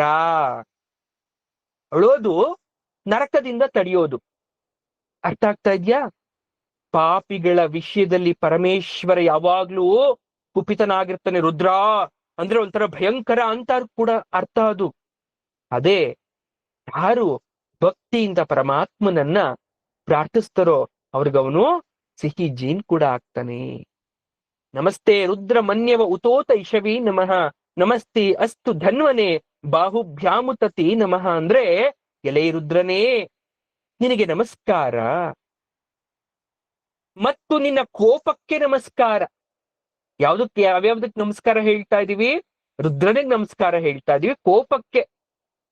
ಮನ್ಯವ, ನಮಸ್ತೆ ರುದ್ರ ಮನ್ಯವ ಉತೋತ ಇಷವೇನ್ ನಮಃ, ನಮಸ್ತೆ ಅಸ್ತು ಧನ್ವನೆ ಬಾಹುಭ್ಯಾಮುತತೆ ನಮಃ. ಅಂದ್ರೆ ಮೊದಲಾಗಿ ನಿನಗ್ ನಮಸ್ಕಾರ, ನಿನ್ನ ಕೋಪಕ್ಕೆ ನಮಸ್ಕಾರ, ಆಮೇಲೆ ನಿನ್ನ ಬಾಹುಗಳಿಗೆ, ಧನುಸ್ಸಿಗೆ, ಧನ್ವನೆ ಧನುಸ್ಸು, ನಿನ್ನ ಬಾಣಗಳಿಗೆ, ಧನುಸ್ಸಿಗೆ, ಧನುರ್ಬಾಣಗಳನ್ನು ಹಿಡಿದಿರ್ತಕ್ಕಂಥ ನಿನ್ನ 2 ತೋಳುಗಳಿಗೆ, ಬಾಹುಗಳಿಗೆ ನಮಸ್ಕಾರ. ಒಂದು ಅನುಮಾನ, ರುದ್ರನ ಕೋಪಕ್ಕೆ ನಮಸ್ಕಾರನ? ಸಕಲ ಕಲ್ಯಾಣ ಗುಣ ಪರಿಪೂರ್ಣನಾದ ಭಗವಂತನಲ್ಲಿ ಕೋಪ ಇರುತ್ತ? ಯಾವಾಗ್ಲೂ ಹೇಳ್ತಾ ಇರ್ತಾರೆ ಕೋಪವನ್ನ ಬಿಟ್ಟವನು ದೊಡ್ಡವನಾಗ್ತಾನೆ ಅಂತ. ಹಾಗಾದ್ರೆ ದೇವ್ರು ಕೋಪ ಇರ್ಬೋದಾ? ದೇವರೇ ಕೋಪ ಮಾಡ್ಕೊಂಡ್ಮೇಲೆ ಸಾಮಾನ್ಯನಾದಂತಹ ಮನುಷ್ಯ ನಾನು ಯಾಕೆ ಮಾಡ್ಕೋಬಾರ್ದಾಗಾದ್ರೆ? ಒಂದು ಪ್ರಶ್ನೆ ನೋಡಿ. ಲೋಕ ರಕ್ಷಣೆಗಾಗಿ ಭಗವಂತ ತನ್ನ ಆಜ್ಞೆಗಳಿಂದ ಮನುಷ್ಯರನ್ನ ಕಟ್ಟಾಕ್ಬಿಟ್ಟಿರ್ತಾನಂತೆ. ಈ ಕಟ್ಟುಪಾಡುಗಳು ಇಲ್ಲದೆ ಹೋದ್ರೆ ಜಗತ್ತಿನ ಪರಿಪಾಲನೆ ಸಾಧ್ಯ ಆಗಲ್ಲ. ಭಗವಂತ ಕೋಪನೇ ಮಾಡ್ಕೊಳ್ಳಲ್ಲ, ಆದ್ರೆ ಕೋಪ ಮಾಡ್ಕೊಂಡಿರೋ ತರ ಆಕ್ಟ್ ಮಾಡ್ತಾನಂತೆ. Is an actor.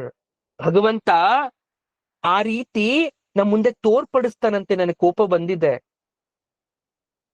ಯಾವಾಗ ನಾವು ತಿರಸ್ಕರಿಸ್ತೀವಿ ಅಥವಾ ಪಾಪ ಕೂಪದಲ್ಲಿ ಮುಳುಗಿರ್ತೀವಿ, ಮಾಡಬಾರ್ದು ಅನಾಚಾರವನ್ನ ಮಾಡ್ತಾ ಇರ್ತೀವಿ, ಸಾಧು ರೂಪದಲ್ಲಿ ಇರ್ತಕ್ಕಂಥ ಭಗವಂತ ನಮ್ಮ ಕಣ್ಣಿಗೆ ಕೋಪದ ರೂಪದಲ್ಲಿ ಕಾಣಿಸ್ತಾನಂತೆ. ಇದಕ್ಕೆ ಉತ್ತಮ ಉದಾಹರಣೆ ಏನು ಅಂದ್ರೆ, ರಾವಣ ತಪಸ್ ಮಾಡ್ತಾ ಇರ್ತಾನೆ ಶಿವನನ್ನ ಕೂತ್ಕೊಂಡು. ಶಿವ ಪ್ರತ್ಯಕ್ಷನಾಗ್ತಾನೆ.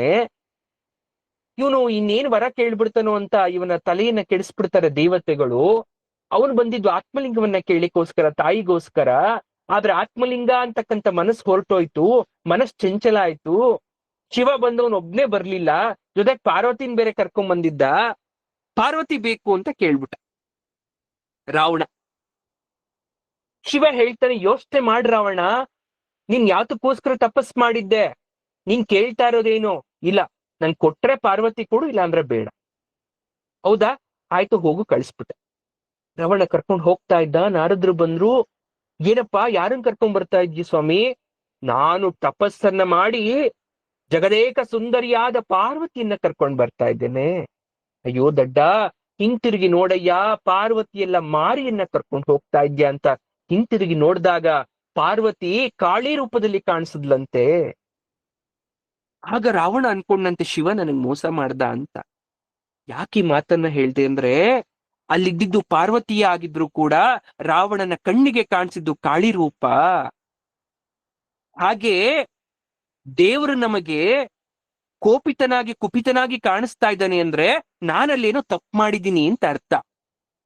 ನನ್ ಮನ್ಸಲ್ಲಿ ಭಯ, ಯಾವುದೋ ಒಂದು ಕೆಟ್ಟ ಕನಸು ಬರ್ತಾ ಇದೆ, ಅಥವಾ ಏನೋ ದೇವರು ಬಂದು ನನ್ಗೆ ಶಿಕ್ಷೆ ಕೊಟ್ಟೋ ರೀತಿ ಕನಸು ಬಂತು, ದೇವರು ಒಡೆಯೋ ರೀತಿ, ಬೈಯೋ ರೀತಿ, ನನ್ಗೇನೋ ಅಪರಾಧ ಮಾಡಿದೀನಿ ಅಂತ ಹೇಳೋ ರೀತಿ ಕನಸು ಬರ್ತಾ ಇದೆ ಅಂದ್ರೆ ನಾನೇನೋ ಅಪರಾಧ ಮಾಡಿದೀನಿ ಅಂತ.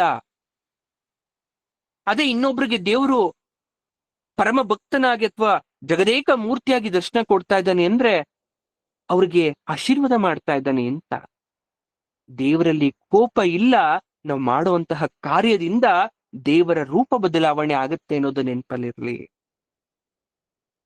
ಪಾಪಿಗಳ ಕಡೆಗೆ ಅವನ ಧನುರ್ಬಾಣಗಳು ಹೋಗುತ್ತೆ. ಅದನ್ನು ಪರಿಹಾರ ಮಾಡ್ಕೋಬೇಕು ಅಂದ್ರೆ ರುದ್ರನಿಗೆ ನಾವು ಶರಣಾಗತಿಯನ್ನ ಹೊಂದಿ ನಮಸ್ಕಾರವನ್ನ ಮಾಡಬೇಕು. ಹಾಗಾಗಿ ಇಲ್ಲಿ ಕೋಪಕ್ಕೆ ಯಾಕೆ ನಮಸ್ಕಾರ ಮಾಡ್ತಾ ಇರೋದು ಅಂದ್ರೆ, ಭಗವಂತನ ಕೋಪ ಅಂತಕ್ಕಂಥದ್ದು ಸಾಧು ರೂಪದಲ್ಲಿದೆ. ನನ್ನ ಅಪರಾಧ ಶತಗಳನ್ನೆಲ್ಲ ಕ್ಷಮಿಸಿ ಪ್ರಸನ್ನನಾಗಪ್ಪ ರುದ್ರ, ಕೋಪ ಮಾಡ್ಕೋಬೇಡ ಅಂತ ಭಕ್ತಿಯಿಂದ ಪ್ರಾರ್ಥಿಸಿ ಅವನಿಗೆ ಹೇಳೋದು ನಿನ್ನ ಕೋಪಕ್ಕೆ ನಮಸ್ಕಾರ ಅಂತ. ಆಮೇಲೆ ಹೇಳೋದು, ನೀನ್ ಎತ್ತಿದ್ಯಲ್ಲ ಕೈಯಲ್ಲಿ ಧನುಸ್ಸು ಬಾಣಗಳಿಗೆ ನನಗೆ ಶಿಕ್ಷೆ ಕೊಡಬೇಕು ಅಂತ, ಅದಕ್ಕೆ ನಾನು ವಂದಿಸ್ತಾ ಇದ್ದೇನೆ, ಕ್ಷಮಿಸು ನನ್ನನ್ನ. ತಯಾನೋ ರುದ್ರಂ ಹೃದಯ ಯಾತ ಇಶು ಶಿವತಮ ಶಿವಂ ಬಭೂವತೆ ಧನುಹು ಶಿವ ಶರವ್ಯಾಯ ತವ ತಯಾನೋ ರುದ್ರಂ ಹೃದಯ ಅಂತೀವಿ. ಅಂದ್ರೆ ಎಲೈ ರುದ್ರನೇ, ಯಾವ ನಿನ್ನ ಹಿಂಸಾ ಕಾರಣವಾದಂತಹ ಬಾಣ ಧನುಸ್ಸು ಶಾಂತವಾಯ್ತು, ಅದನ್ನ ನಮ್ಮ ಸುಖಕ್ಕೋಸ್ಕರ ಬಳಸು, ನನ್ನ ಒಳ್ಳೆ ತನಕ್ಕೆ ಅಥವಾ ಒಳ್ಳೆ ದಾರಿಯಲ್ಲಿ ನಡೆಯೋ ರೀತಿ ನನ್ಗೊಂದು ಮಾರ್ಗದರ್ಶನವನ್ನ ಕೊಡು. ಮೊದಲು ಪಾಪಿಷ್ಟನಾಗಿದ್ದೆ ನಾನು, ನೀನೇನ್ ಮಾಡ್ದೆ, ಧನುರ್ಬಾಣಗಳನ್ನ ಎತ್ತಿದೆ, ನನಗ್ ಭಯ ಆಯ್ತು, ನನ್ ತಪ್ಪಿನ ನನಗೆ ಅರಿವಾಯ್ತು, ನಾನು ಏನ್ ತಪ್ಪು ಮಾಡ್ತಾ ಇದ್ದೀನಿ ಅಂತ. ಆಮೇಲೆ ನಾನು ಯಾವಾಗ ನಿನ್ಗೆ ಪ್ರಾರ್ಥಿಸ್ದೆ, ನಮಸ್ಕಾರ ಮಾಡ್ದೆ, ನೀನು ಶಾಂತದಿಂದ ಆ ಧನುರ್ಬಾಣಗಳನ್ನ ಕೆಳಗಡೆ ಇಳಿಸ್ಬಿಟ್ಟೆ. ಶಿವತಮವಾಗಿ ಮಾಡಲ್ಪಟ್ಟಂತಹ ನಿನ್ನ ಬಾಣ ಧನುಸ್ಸು ನನ್ಗೆ ಧೈರ್ಯವನ್ನ ಕೊಟ್ಟಿದೆ. ಆದ್ರೆ ಮುಂದೆ ಎಂದೂ ಕೂಡ ಅದನ್ನ ನನ್ನನ್ನ ಭಯಗೊಳಿಸ್ಲಿಕ್ಕೆ ಬಳಸ್ಬೇಡ ತಂದೆ, ಅದನ್ನ ನನ್ ಮೇಲೆ ಪ್ರಹಾರವನ್ನ ಮಾಡ್ಬೇಡ. ಮೃಡ ಅಂತ ಹೇಳಿದ್ರು. ಮೃಡಯ ಅಂದ್ರೆ ಪರಮಾತ್ಮನಿಗೆ ಹೇಳ್ದಂತ ಹೆಸರದು. ಪರಮೇಶ್ವರನ ಕೈಗಳಿಂದ ನನ್ನನ್ನ ಶಿಕ್ಷಿಸ್ಬೇಕು ಅಂತ ಬಿಲ್ಲು ಬಾಣವನ್ನ ಎತ್ತಿದ ಕೈಗಳು ಕೆಳಕ್ಕೆ ಇಳಿಸಿದ ಮೇಲೆ ಅದು ನೋಡಿದ್ರು ಭಯ ಆಗ್ತಾ ಇಲ್ಲ, ಆತಂಕ ಇಲ್ಲ. ಯಾಕಂದ್ರೆ ಭಗವಂತ ನನಗೆ ರಕ್ಷೆಯನ್ನ ಕೊಟ್ಟಿದ್ದಾನೆ. ಹಾಗೆ ಮುಂದೆ ಕೂಡ ತನೂರ ಘೋರ ಪಾಪಕಾಶಿನಿ, ಯಾವ ನಿನ್ನ ಘೋರವಲ್ಲದ ಮಂಗಳಕರವಾದಂತಹ ಶರೀರ ಆತ್ಮಕ್ಕೆ ಜ್ಞಾನವನ್ನ ಉಂಟು ಮಾಡಿದೆ. ನೋಡಿ, ತಲೆಗೆ ಜ್ಞಾನ ಬಂದ್ರೆ ಯಾವತ್ತಿದ್ರೂ ಕೂಡ ಹೋಗುವಂಥದ್ದು, ಆತ್ಮಕ್ಕೆ ಜ್ಞಾನ ಬಂದ್ರೆ ಅದ್ಯಾವತ್ತು ಸುಖ ಶರೀರ. ಹಾಗಾಗಿ ಎಲೇ ಗಿರೀಶಂತನೇ, ನಮ್ಮನ್ನ ಜ್ಞಾನವಂತರಾಗಿ ಮಾಡಪ್ಪ. ಈ ಮಂತ್ರದಲ್ಲಿ ಜ್ಞಾನವನ್ನ ಕೊಡುವಂತ ಪ್ರಾರ್ಥಿಸೋದು ಯಾವುದು, ತಯಾನಸ್ತುನುವ ಶಂತಮಯ ಗಿರಿಚಂತಾಭಿ ಶಾಖಚಿಹಿ, ಅಂದ್ರೆ ಜ್ಞಾನವನ್ನ ಕೊಡಪ್ಪ ಅಂತ ಪ್ರಾರ್ಥಿಸ್ತಕ್ಕಂಥದ್ದು. ತನೂರ ಘೋರ ಪಾಪಕಾಶಿನಿ, ಆಗ್ಲೇ ಹೇಳ್ದೆ ಭಗವಂತನಿಗೆ ಎರಡು ಶರೀರ, ಒಂದು ಘೋರ ಇನ್ನೊಂದು ಅಘೋರ ಅಂತ. ಹಾಗಾಗಿ ಅಘೋರೇಭ್ಯೋ ಅಂತ ಒಂದು ಮಂತ್ರ ಕೂಡ ಬರುತ್ತೆ ಮುಂದೆ. ನಾವು ಪರಮಾತ್ಮನ ಘೋರವಾದ, ಪರಮಾತ್ಮನ ಅಘೋರವಾದ ಶರೀರಕ್ಕೆ ನಮಸ್ಕಾರವನ್ನ ಮಾಡ್ತಾ ಇದ್ದೇವೆ. ಪರಮೇಶ್ವರನಿಗೆ ಘೋರ ಶರೀರ ಯಾಕೆ ಬೇಕು? ಯಾಕೆ ಅಂದ್ರೆ ಜಗತ್ತಿನಲ್ಲಿರುವ ದುಷ್ಟರನ್ನ ನಿಗ್ರಹ ಮಾಡ್ಲಿಕ್ಕೆ. ಪೊಲೀಸ್ ಮಿಲಿಟರಿ ಯಾಕೆ ಬೇಕು? ನಮ್ಮನ್ನ ರಕ್ಷಣೆ ಮಾಡ್ಲಿಕ್ಕೆ. ಹಾಗೆ ಪರಮಾತ್ಮನಿಗೆ ಘೋರ ಶರೀರ ಅಂದ್ರೆ ಅವನು ಶಿಕ್ಷೆ ಕೊಡ್ಲಿಕ್ಕಂತಾನೆ ಇರುವಂತಹ ಶರೀರ. ಅಘೋರ ಶರೀರ ಅಂದ್ರೆ ರಕ್ಷಣೆ ಮಾಡ್ಲಿಕ್ಕೋಸ್ಕರನೇ ಇರುವಂತಹ ಶರೀರ. ಪರಮಾತ್ಮ, ಘೋರ ಶರೀರವನ್ನ ಬಿಟ್ಟು ನನ್ನನ್ನ ಕಾಪಾಡಪ್ಪ. ಅಪಾಪಕಾಶಿನಿ, ಪಾಪ ವಿರೋಧಿಯಾದ ಬ್ರಹ್ಮತ್ನ ಜ್ಞಾನವನ್ನ ನನ್ಗೆ ಕೊಡು ತಂದೆ. ಗಿರಿಶಂತ, ಗಿರಿ ಅಂದ್ರೆ ಗಿರವನ್ನು ಪದವನ್ನ ಕೇಳಿದ್ದೀರಾ? ಶಮ್ ಅಂದ್ರೆ ಶುಕ, ಅಂದ್ರೆ ಗಿರಿಯ ಮೇಲಿದ್ದು ಸುಖವನ್ನ ಕೊಡುವವನು ಗಿರಿಶಂತ, ಕೈಲಾಸದಲ್ಲಿರ್ತಕ್ಕಂಥವನು ಗಿರಿಶಂತ. ಹಾಗಾಗಿ ಪರಮಾತ್ಮ ನಮಗೆ ಅನುಗ್ರಹವನ್ನ ಕೊಡು. ಎಲೈ ಗಿರೀಶನೇ, ಪಾಪಿಗಳ ಕಡೆಗೆ ಬಾಣವನ್ನ ಬಿಡ್ಲಿಕ್ಕೆ ಅಂತ ನೀನು ಇಟ್ಕೊಂಡು ನಿಂತಿದ್ಯಲ್ವಪ್ಪ. ಜಗತ್ತು ನಮ್ಮ ಪುತ್ರ ಪೌತ್ರಾದಿ ಕುಟುಂಬ ವರ್ಗಗಳನ್ನ, ಗೋಧನ ಗೃಹಾದಿಗಳನ್ನ, ಇದೆಲ್ಲವನ್ನ ಹೊಂದಿರುತ್ತೆ. ಯಾರನ್ನೂ ಹಿಂಸಿಸಬೇಡ. ಎಲ್ಲರ ಕಷ್ಟವನ್ನ ಪರಿಹಾರ ಮಾಡು, ಅನಿಷ್ಟವನ್ನ ತೊಲಗಿಸು. ನೀನ್ ಎಲ್ಲಿದ್ಯೋ ಅಲ್ಲಿಂದನೇ ನಮ್ಮನ್ನ ಆಶೀರ್ವಾದ ಮಾಡು. ನೀನು ಕೈಲಾಸದಲ್ಲಿದ್ರೆ ಅಲ್ಲಿಂದಲೇ ನಮ್ಮನ್ನ ಆಶೀರ್ವಾದ ಮಾಡು ಪರಮಾತ್ಮ. ನರಕಾದಿ ಫಲಗಳು ಪ್ರತಿಯೊಬ್ಬರಿಗೂ ಇದ್ದಿದ್ದೆ. ಮನುಷ್ಯನಿಗೆ ನರಕ ಅನ್ನೋದು ಇದ್ದಿದ್ದೆ, ಕರ್ಮ ಫಲ ಅನ್ನೋದು ಇದ್ದಿದ್ದೆ. ಆದ್ರೆ ಇದೆಲ್ಲ ಹೇಗೆ ಕಳ್ಕೋಬೇಕು ಅಂದ್ರೆ ಪರಮಾತ್ಮನೆಡೆಗೆ ನಮ್ಮ ಚಿತ್ತವನ್ನ ತಿರುಗಿಸ್ಬೇಕು, ನಮ್ಮ ಭಕ್ತಿಯನ್ನ ಅವನ ಕಡೆ ತೋರಿಸ್ಬೇಕು. ಹಾಗಾಗಿ ನಿನಗೆ ನಮಸ್ಕಾರವನ್ನ ಮಾಡ್ತಾ ಇದ್ದೇನೆ. ನೀನೇ ನನಗೆ ಆಶೀರ್ವಾದ ಮಾಡಿದ್ಮೇಲೆ ನರಕದ ಭಯ ಯಾಕೆ ನನಗೆ? ಹೆದರಿಕೆ ಯಾಕೆ ನನಗೆ? ಬೇಡ, ನನ್ಗೆ ಯಾವ ಭಯವೂ ಇಲ್ಲ. ನಿನ್ನ ಭಕ್ತನಾಗಿರ್ತೇನೆ ನಾನು. ಗಿರಿತ್ರ, ನನ್ನನ್ನ ನಿನ್ನ ಶಿವಭಕ್ತನನ್ನಾಗಿ ಮಾಡ್ಕೋ. ಭಗವಂತನಿಗೆ ಪ್ರಾರ್ಥನೆಯನ್ನ ಸಲ್ಲೋದು. ಈ ಸಾಲಿನ ಅರ್ಥ ಗೊತ್ತಾಯ್ತ ನಿಮ್ಗೆ? ಬರೀ ಅವನಿಗೋಸ್ಕರ ಕೇಳ್ತಾ ಇಲ್ಲ. ಯಾಮಿಷಂ ಗಿರಿಶಂತ ಹಸ್ತೆ ಬಿಭರ್ಶ್ಯಸ್ತವೆ, ಶಿವಾಂ ಗಿರಿತ್ರ ತಾಂ ಕುರು ಮಾ ಹಿಗಂ ಸೀಫ್ ಪುರುಷಂ ಜಗತ್ತು ಅಂದ್ರೆ ಅವರ ಜೊತೆ ಕುಟುಂಬ ವರ್ಗಕ್ಕೆಲ್ಲ ಕೇಳೋದು, ಪುತ್ರ ಪೌತ್ರ ಬಂಧು ಮಿತ್ರಾದಿ ವರ್ಗದವ್ರನ್ನೂ ಕೂಡ ನೀನ್ ಕಾಪಾಡ್ಬೇಕು. ಯಾಕಂದ್ರೆ ಅವರು ಹಿಂಸೆ ಪಟ್ರೆ ನನ್ ಕೈಲಿ ನೋಡಕ್ ಆಗಲ್ಲ. ನನ್ ಭೂಮಿ ಮೇಲೆ ಇರೋ ತನಕ ಈ ಎಲ್ಲ ಬಂಧನಗಳನ್ನ ನಾನು ಎಷ್ಟೇ ಬಿಡ್ಬೇಕು ಅಂದ್ರೂ ಕೂಡ ಬಿಡಕ್ಕಾಗಲ್ಲ. ತಾಯಿ ತಮ್ಮ ಅಣ್ಣ ಅಕ್ಕ ಮಕ್ಕಳು ಈ ಎಲ್ಲ ಬಂಧನಲ್ಲಿ ನಾನು ಒಳಗಾಗೆ ಆಗಿರ್ತೀನಿ. ನಾನ್ ಚೆನ್ನಾಗಿದ್ದು ನನ್ ಮುಂದೆ ಅವ್ರು ಕೊರಗಿದ್ರೆ ಆ ದುಃಖ ನನಗೂ ಕೂಡ ಆಗತ್ತೆ. ಹಾಗಾಗಿ ಅವರು ಕೂಡ ನನ್ ಮುಂದೆ ಯಾವತ್ತೂ ಕೂಡ ಕೊರಗಬಾರ್ದು, ಹಿಂಸೆ ಪಡಬಾರ್ದು. ಅವರನ್ನು ನೀನು ಆಶೀರ್ವದಿಸು ಪರಮಾತ್ಮ, ಸುಖವಾಗಿರಿಸು ಅಂತ ಬೇಡ್ತಾ ಇರುವಂತಕ್ಕಂಥದ್ದು. ನೋಡಿ, ಅಪರಾಧ ಎಲ್ರೂ ಮಾಡ್ತೀವಿ. ಎಲ್ಲರ ಅಪರಾಧಗಳನ್ನ ಕ್ಷಮಿಸುವಂತ ಪರಮಾತ್ಮನ ಹತ್ರ ಕೇಳ್ಕೊಳ್ಳೋದು ಕೂಡ ದೊಡ್ಡ ಗುಣ. ಈ ಗುಣ ನಮ್ಮಲ್ಲಿ ಬರಬೇಕು. ಯೋಚನೆ ಮಾಡಿ ನೋಡಿ, ಎಷ್ಟು ದೇವಸ್ಥಾನಕ್ಕೆ ಹೋಗ್ತೀವಿ, ನಮ್ಮ ಕುಟುಂಬದವರು ಮಾಡದಂತಹ ಕಾರ್ಯಗಳನ್ನ ನೀನು ಕ್ಷಮಿಸು ಅಂತ ಎಷ್ಟು ಸಲ ಕೇಳ್ಕೊಂಡಿದ್ದೀವಿ ನಾವು. ನಾನು ಯಾವಾಗ್ಲೂ ಹೇಳ್ತಾ ಇರ್ತೀನಿ, ದೇವರ ಹತ್ರ ವರ ಕೇಳಕ್ಕೂ ಕೂಡ ನಿಮ್ಗೆ ಬರ್ಬೇಕು. ಎಷ್ಟೋ ಜನಕ್ಕೆ ದೇವ್ರ ಹತ್ರ ವರ ಕೇಳಕ್ ಬರಲ್ಲ, ಎಷ್ಟೋ ಜನಕ್ಕೆ ದೇವ್ರ ಹತ್ರ ಬೇಡ್ಕೊಳ್ಳಕ್ಕೆ ಬರಲ್ಲ. 100 ವರ್ಷ ತಪಸ್ಸನ್ನ ಮಾಡಿ ಪರಮಾತ್ಮ ನಮ್ಮ ಮುಂದೆ ಪ್ರತ್ಯಕ್ಷನಾದಾಗ ನನ್ಗೇನ್ ಬೇಡ್ಬೇಕು ಅನ್ನೋದೇ ನನಗೆ ಗೊತ್ತಿಲ್ಲ ಅಂದ್ರೆ ಆ 100 ವರ್ಷದ ತಪಸ್ಸು ಅಂತಕ್ಕಂಥದ್ದು ವ್ಯರ್ಥ. ಬೆಳಗಿಂದ ಸಂಜೆ ತನಕ ಪೂಜೆ ಮಾಡಿ ದೇವ್ರ ಹತ್ರ ಏನ್ ಕೇಳ್ಬೇಕು ಅಂತ ಗೊತ್ತಿಲ್ಲ ಅಂದ್ರೆ ಮಾಡದಂತ ಪೂಜೆ ವ್ಯರ್ಥ. ಹೊರನಾಡ್ಗೆ ಹೋಗ್ಬೇಕು ಅಂತ ನೀವು 48 ದಿವಸ ಮಂಡಲ ಪೂಜೆ ಮಾಡಿ ಯಾಕೆ ಹೋಗ್ತಿದೀನಿ ಅನ್ನೋ ಅರ್ಥನೇ ಗೊತ್ತಿಲ್ಲ ಅಂದ್ರೆ ಆ ಪೂಜೆ ವ್ಯರ್ಥ. ಯಾವತ್ತೂ ನಿಮ್ಮ ಪೂಜೆ ವ್ಯರ್ಥ ಆಗಕ್ಕೆ ಬಿಡಬೇಡಿ. ಯಾವತ್ತೂ ಕೂಡ ನಿಮ್ಮ ಧ್ಯೇಯ ಅಥವಾ ನಿಮ್ಮ ಬೇಡಿಕೆ ಅನ್ನೋದು ತುಂಬಾ ಸರಳವಾಗಿರ್ಲಿ, ತುಂಬಾ ಹಾಲಿನಂತೆ ಮೃದುವಾಗಿ ತಿಳಿಯಾಗಿರ್ಲಿ. ದೇವತಾರ್ಚನೆಯನ್ನ ಮಾಡ್ತೇವೆ, ಕೊನೆಯಲ್ಲಿ ನನ್ನಿಂದಾಗಲಿ ನನ್ನ ಸಹೋದರರಿಂದಾಗಲಿ ನನ್ನ ಬಂಧುಗಳಿಂದಾಗಲಿ ಯಾವ್ದಾದ್ರೂ ಅಪರಾಧಗಳಾಗಿದ್ರೆ 100 ಅಪರಾಧಗಳನ್ನಾದರೂ ಕೂಡ ಎಲೆ ಪುರುಷೋತ್ತಮನೇ ಕ್ಷಮಿಸುವಂತ ಇಲ್ಲಿ ಹೇಳುವಂತದ ಅರ್ಥ. ಇದು ಒಳ ಅರ್ಥ. ಈ ಶ್ಲೋಕದ ಅರ್ಥದಿಂದ ನೀವು ಕಲ್ತ್ಕೊಳ್ಬೇಕು ನಿಮ್ಮ ಪ್ರೇಯರ್ ಹೇಗಿರ್ಬೇಕು ಅಂತ, ನಿಮ್ಮ ಪ್ರಾರ್ಥನೆ ಹೇಗಿರ್ಬೇಕು ಅಂತ. ಮಾ ಹಿಗಂ ಸೀಫ್ ಪುರುಷಂ ಜಗತ್ತು ಅಂತ ಭಗವಂತನಿಗೆ ಪ್ರಾರ್ಥನೆಯನ್ನ ಸಲ್ಲಿಸ್ತಾ ಇದ್ದಾರೆ. ಪ್ರಥಮೋ ದೈವ್ಯೋಭಿಷಕ್ಕು ನೋಡಿ, ಹಿಂದೆ 4 ಮಂತ್ರದಲ್ಲಿ ಇಷ್ಟ ಪ್ರಾಪ್ತಿ ಕೇಳ್ಕೊಂಡ್ವಿ, ಅದು ಇದು ಅಂತ. ಅನಿಷ್ಟ ಪ್ರಾಪ್ತಿಗಳನ್ನು ಕೂಡ ಪ್ರಾರ್ಥಿಸಿದ್ವಿ ನಾವು.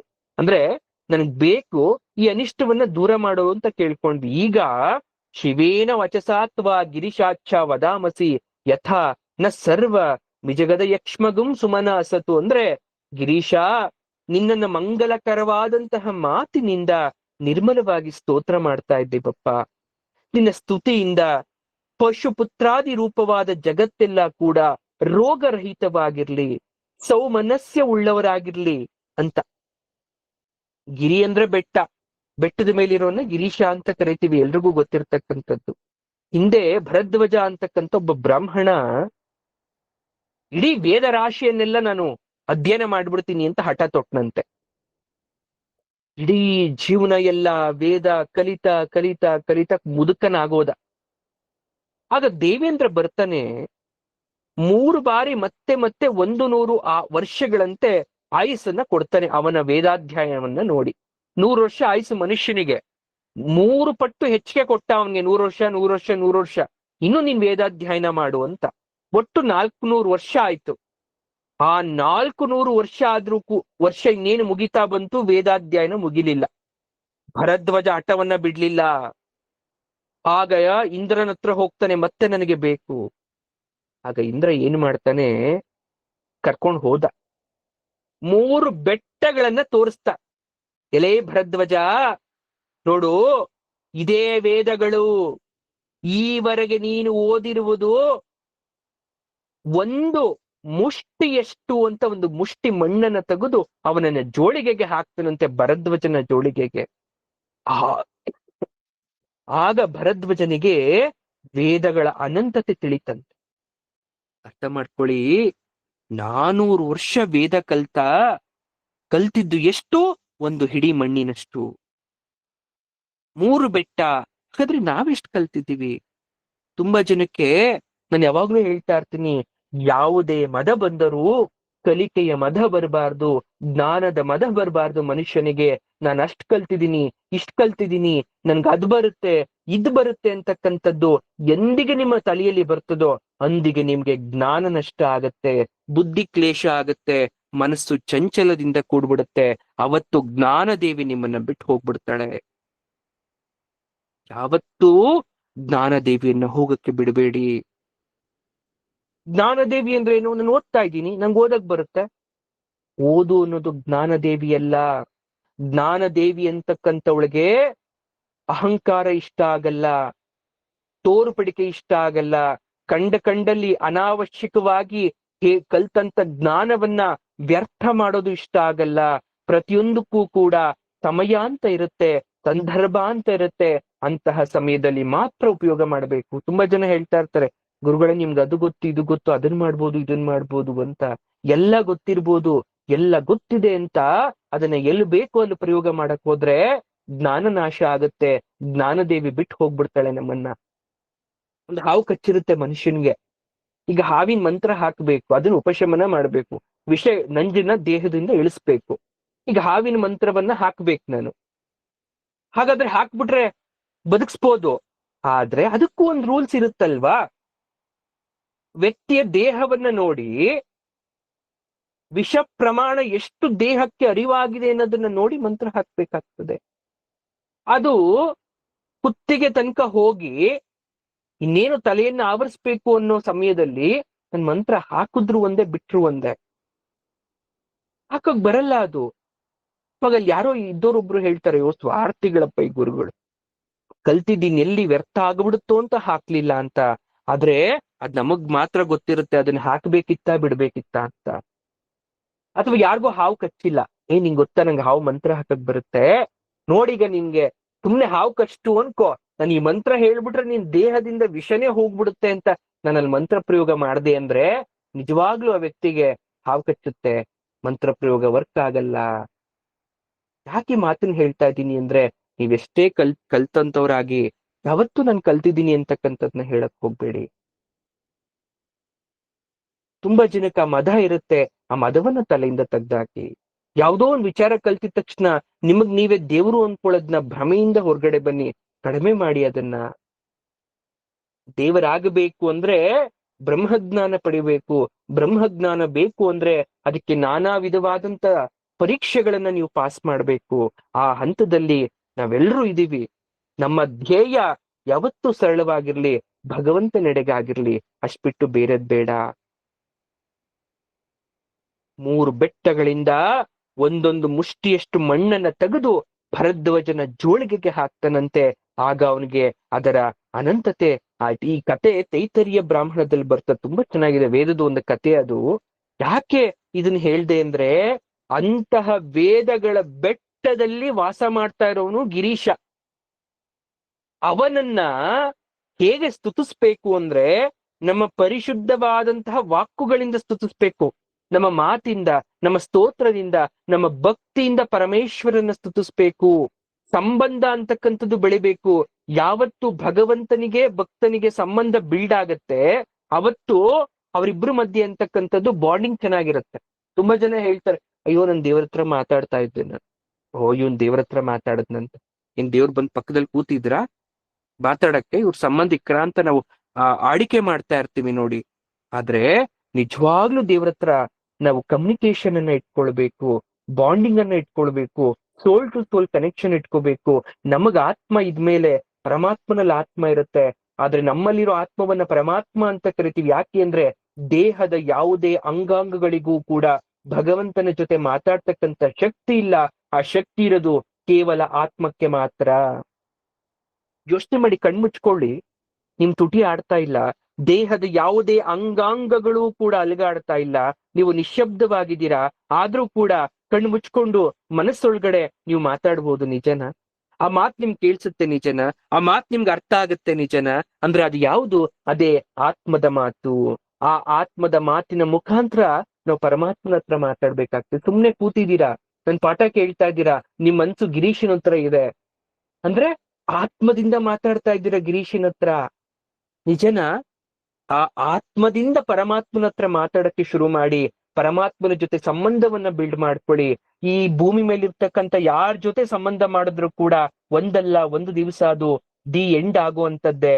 ಅದಕ್ಕೆ ಕೊನೆ ಅನ್ನೋದೊಂದಿರುತ್ತೆ.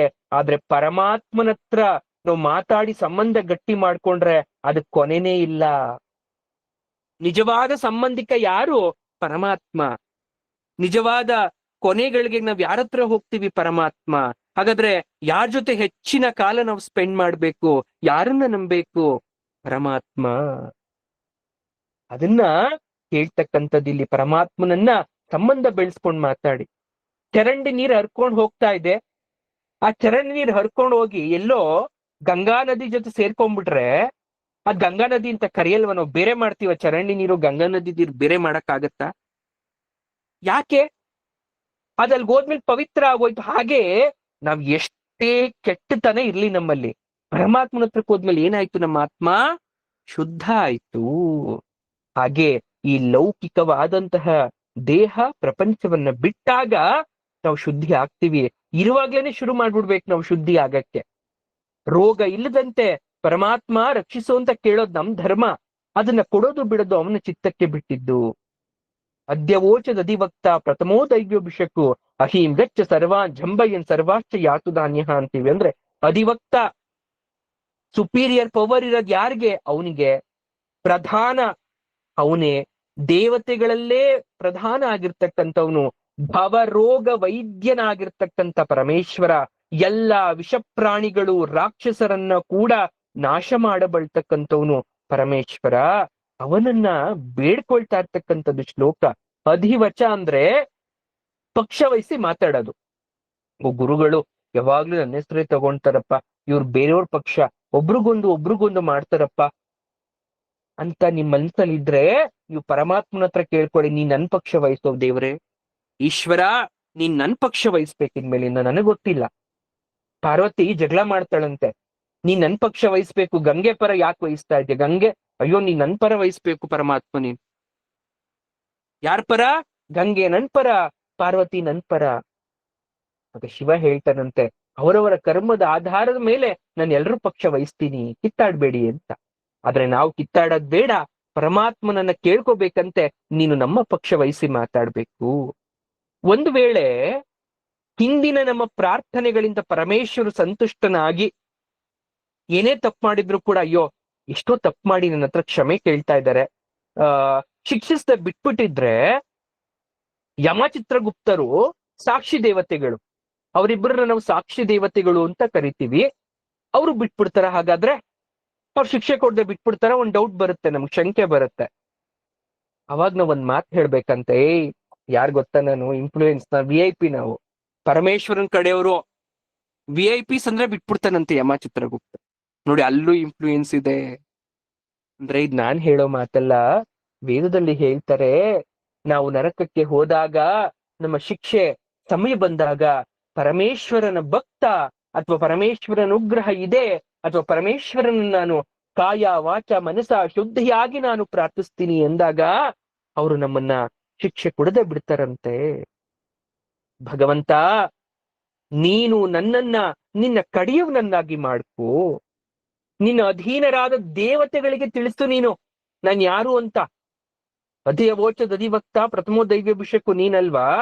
ಹಾಗಾಗಿ ನಿನ್ನ ಎಲ್ಲ ಪರಿವಾರ ದೇವತೆಗಳಿಗೆ ನೀ ನನ್ನ ಬಗ್ಗೆ ಹೇಳು. ಭಕ್ತನ ಪರವಾಗಿ ವಹಿಸ್ಕೊಂಡು ಮಾತಾಡೋದನ್ನ ಅಧಿವಚನ ಅಂತ ಕರಿತೀವಿ ನಾವು. ಅಧ್ಯವೋಚ ಅಥವಾ ಅಧಿವಚನ ಅಂತ ಕರಿತೀವಿ. ಹಾಗಾಗಿ ಪರಮಾತ್ಮನಿಗೆ ಪ್ರಾರ್ಥನೆ ಮಾಡ್ತಾ ಇರೋದಿಲ್ಲಿ. ಅಧಿವಚನ ಪ್ರಧಾನ, ದೈವ್ಯನು, ದೇವತೆಗಳಿಗೆಲ್ಲ ಒಡೆಯನಾಗಿರ್ತಕ್ಕಂಥವನು. ಭಿಷಕ್ ಅಂದ್ರೆ ವೈದ್ಯ ಅಂತ ಅರ್ಥ. ಭಿಷಕ್ ಅಂತ ಇದೆಯಲ್ಲ, ದೈವ್ಯೋ ಭಿಷಕ್ ಅಂದ್ರೆ ವೈದ್ಯ ಅಂತ. ಸಂಸಾರ ಅಂತಕ್ಕಂಥ ರೋಗಕ್ಕೆ ಮದ್ದನ್ನ ನೀಡ್ತಕ್ಕಂಥವನೇ ವೈದ್ಯನಾಥ. ಕಾಮಾದಿ ಮನೋರೋಗಗಳಿಗೆ, ದುಃಖಾದಿ ದಾರಿದ್ರ್ಯಗಳಿಗೆ ಚಿಕಿತ್ಸಕನಾಗಿರ್ತಕ್ಕಂಥವನೇ ಪರಮಾತ್ಮ. ಹಾಗಾಗಿ ನೀನು ನನ್ನ ಪಕ್ಷವನ್ನ ವಹಿಸಿ ಮಾತಾಡ್ಬೇಕು. ಹೇಗೆ? ಹೊರಗಿನ ಭಯಗಳಿಂದ ನಮ್ಮನ್ನು ಕಾಪಾಡ್ಬೇಕಪ್ಪ ನೀನು.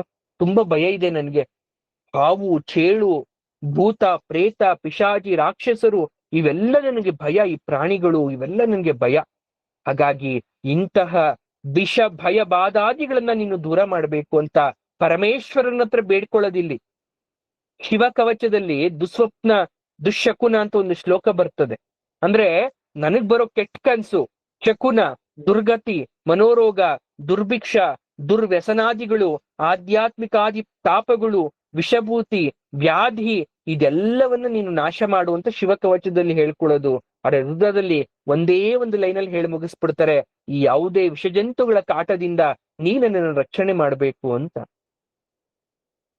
ಅಸೌ ಯಸ್ತಾಮ್ರೋ ಅರುಣೌತ ಬಭ್ರುಸು ಮಂಗಲಃ ಯೇ ಚೇಮಾಗುಂ ರುದ್ರ ಅಭಿತೋ ದಿಕ್ಷು ಚಿತ ಸಹಸ್ರಶೋ ವೈಶಾಗುಂ ಹೇಡ ಈ ಮಹೆ. ಅಂದ್ರೆ ನೋಡಿ, ಹಿಂದೆ ರುದ್ರನಿಗೆ ನಾವು ಸ್ತುತಿಸಿದ್ರಿ. ಈಗ ರುದ್ರನಿಗೆ ಕಂಡು ಬರ್ತಾ ಇರ್ತಕ್ಕಂಥದ್ದು ಕೆಂಪು ವರ್ಣದ, ನಸುಗೆಂಪಿನ ವರ್ಣದ, ಹಳದಿಯ ಬಣ್ಣದ ಒಂದು ಮಂಗಲಕರವಾದ ಆದಿತ್ಯ. ಸೂರ್ಯ ಒಂದೊಂದ್ಸಲ ಕೆಂಪು ಬಣ್ಣದಲ್ಲಿ ಕಾಣಿಸ್ತಾನೆ, ಹಳದಿ ಬಣ್ಣದಲ್ಲಿ ಕಾಣಿಸ್ತಾನೆ, ಕಿತ್ತಳೆ ಬಣ್ಣದಲ್ಲಿ ಕಾಣಿಸ್ತಾನೆ ಅಲ್ವಾ.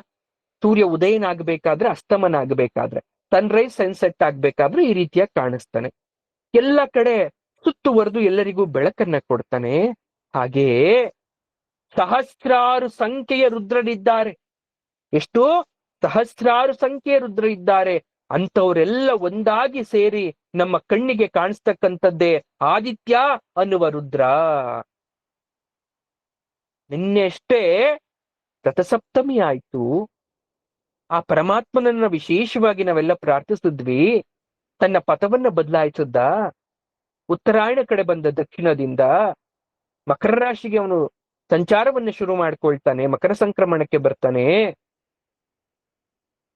ಅವನು ಪ್ರತ್ಯಕ್ಷ ದೈವ, ಆದಿತ್ಯಾನ್ ಪ್ರತ್ಯಕ್ಷ ದೈವ ಅಂತ ಕರಿತೀವಿ. ರುದ್ರದಲ್ಲಿ ಏನು ಹೇಳ್ತಾ ಇದ್ದಾರೆ? ಆದಿತ್ಯ ಇಸ್ ನಥಿಂಗ್ ಬಟ್, ಅವನು ಒಬ್ಬ ಸಹಸ್ರಾರು ರುದ್ರರಲ್ಲಿ ಆದಿತ್ಯ ಕೂಡ ರುದ್ರ, ಅವನು ಶಿವನ ಸ್ವರೂಪ ಅಂತ ಹೇಳ್ತಾ ಇದ್ದಾರೆ. ಹಾಗಾಗಿ ನಮ್ದೇನೇ ಅಪಚಾರ ಇದ್ರೂ ಕೂಡ ಕೋಪದಿಂದ ನೀನು ಕೋಪವನ್ನ ಮಾಡ್ಕೊಳ್ದೆ ಸಮಾಧಾನದಿಂದ ನಮ್ಮನ್ನ ರಕ್ಷಿಸು ಅಂತ ಕೇಳ್ತಾ ಇರ್ತಕ್ಕಂಥದ್ದು ಇಲ್ಲಿ. ಈ ಮಂತ್ರದಲ್ಲಿ ಪರಮೇಶ್ವರನ ಅಷ್ಟಮೂರ್ತಿಗಳಲ್ಲಿ ಪ್ರಸಿದ್ಧವಾದ ಪ್ರತ್ಯಕ್ಷ ದೈವವಾದ ಆದಿತ್ಯನ ಬಗ್ಗೆ ಹೇಳ್ತಾ ಇದ್ದಾರೆ. ಆದಿತ್ಯನನ್ನ ತ್ರಿಮೂರ್ತ್ಯಾತಕ ಅಂತ ಕರೀತಾರೆ. ಅಂದ್ರೆ ಅವನು ಬ್ರಹ್ಮನ ರೂಪ, ವಿಷ್ಣು ರೂಪ, ಶಿವನ ರೂಪ, ಮೂರೂ ರೂಪ ಅಂತ ಕೂಡ ಕರೀತಾರೆ. ಶಿವ ಪುರಾಣದಲ್ಲಿ ಆದಿತ್ಯನನ್ನ ರುದ್ರನ ಶರೀರ ಅಂತ ವರ್ಣಿಸ್ತಾರೆ. ಆದಿತ್ಯನನ್ನ ಪ್ರತ್ಯಕ್ಷ ರುದ್ರ ಅಂತ ಕೂಡ ಕರೀತಾರೆ.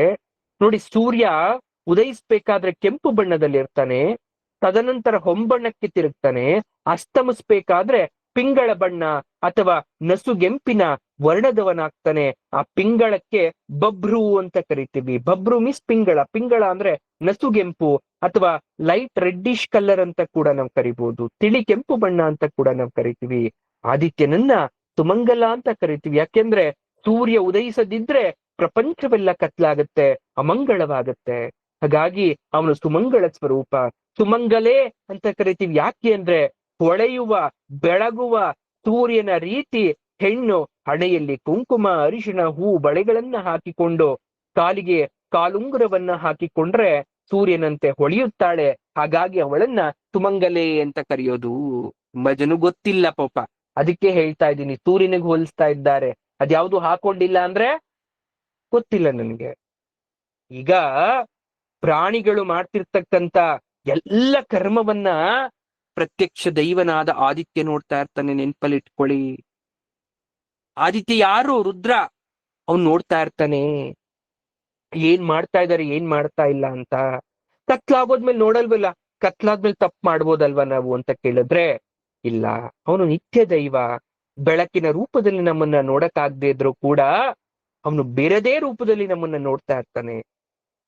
ಯಾವ ಕರ್ಮವನ್ನೇ ಮಾಡ್ಲಿ, ಒಳ್ಳೇದ ಕೆಟ್ಟದ, ಹಗಲಲ್ಲಿ ಗೊತ್ತಾಗತ್ತೆ.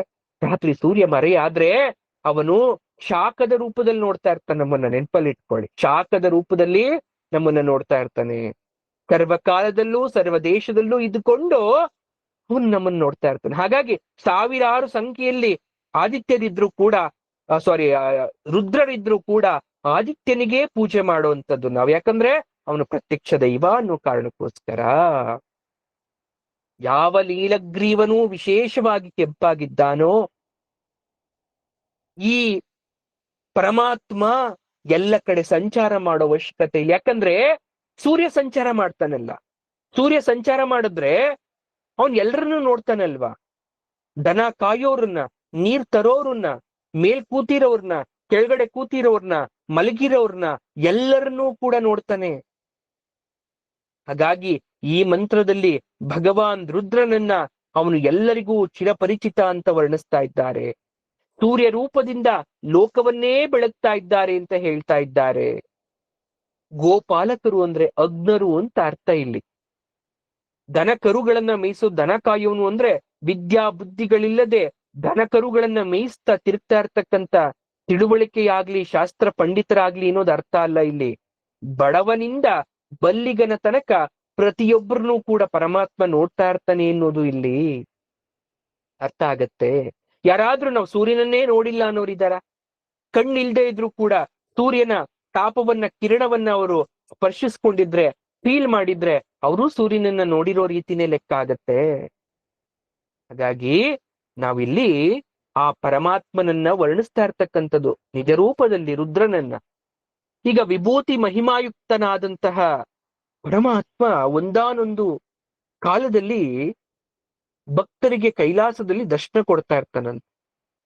ಆ ರೂಪ ಹೇಗಿರುತ್ತೆ ಅಂದ್ರೆ ನೀಲಗ್ರೀವ ರೂಪ, ವಿಶೇಷವಾದಂತಹ ರೂಪ.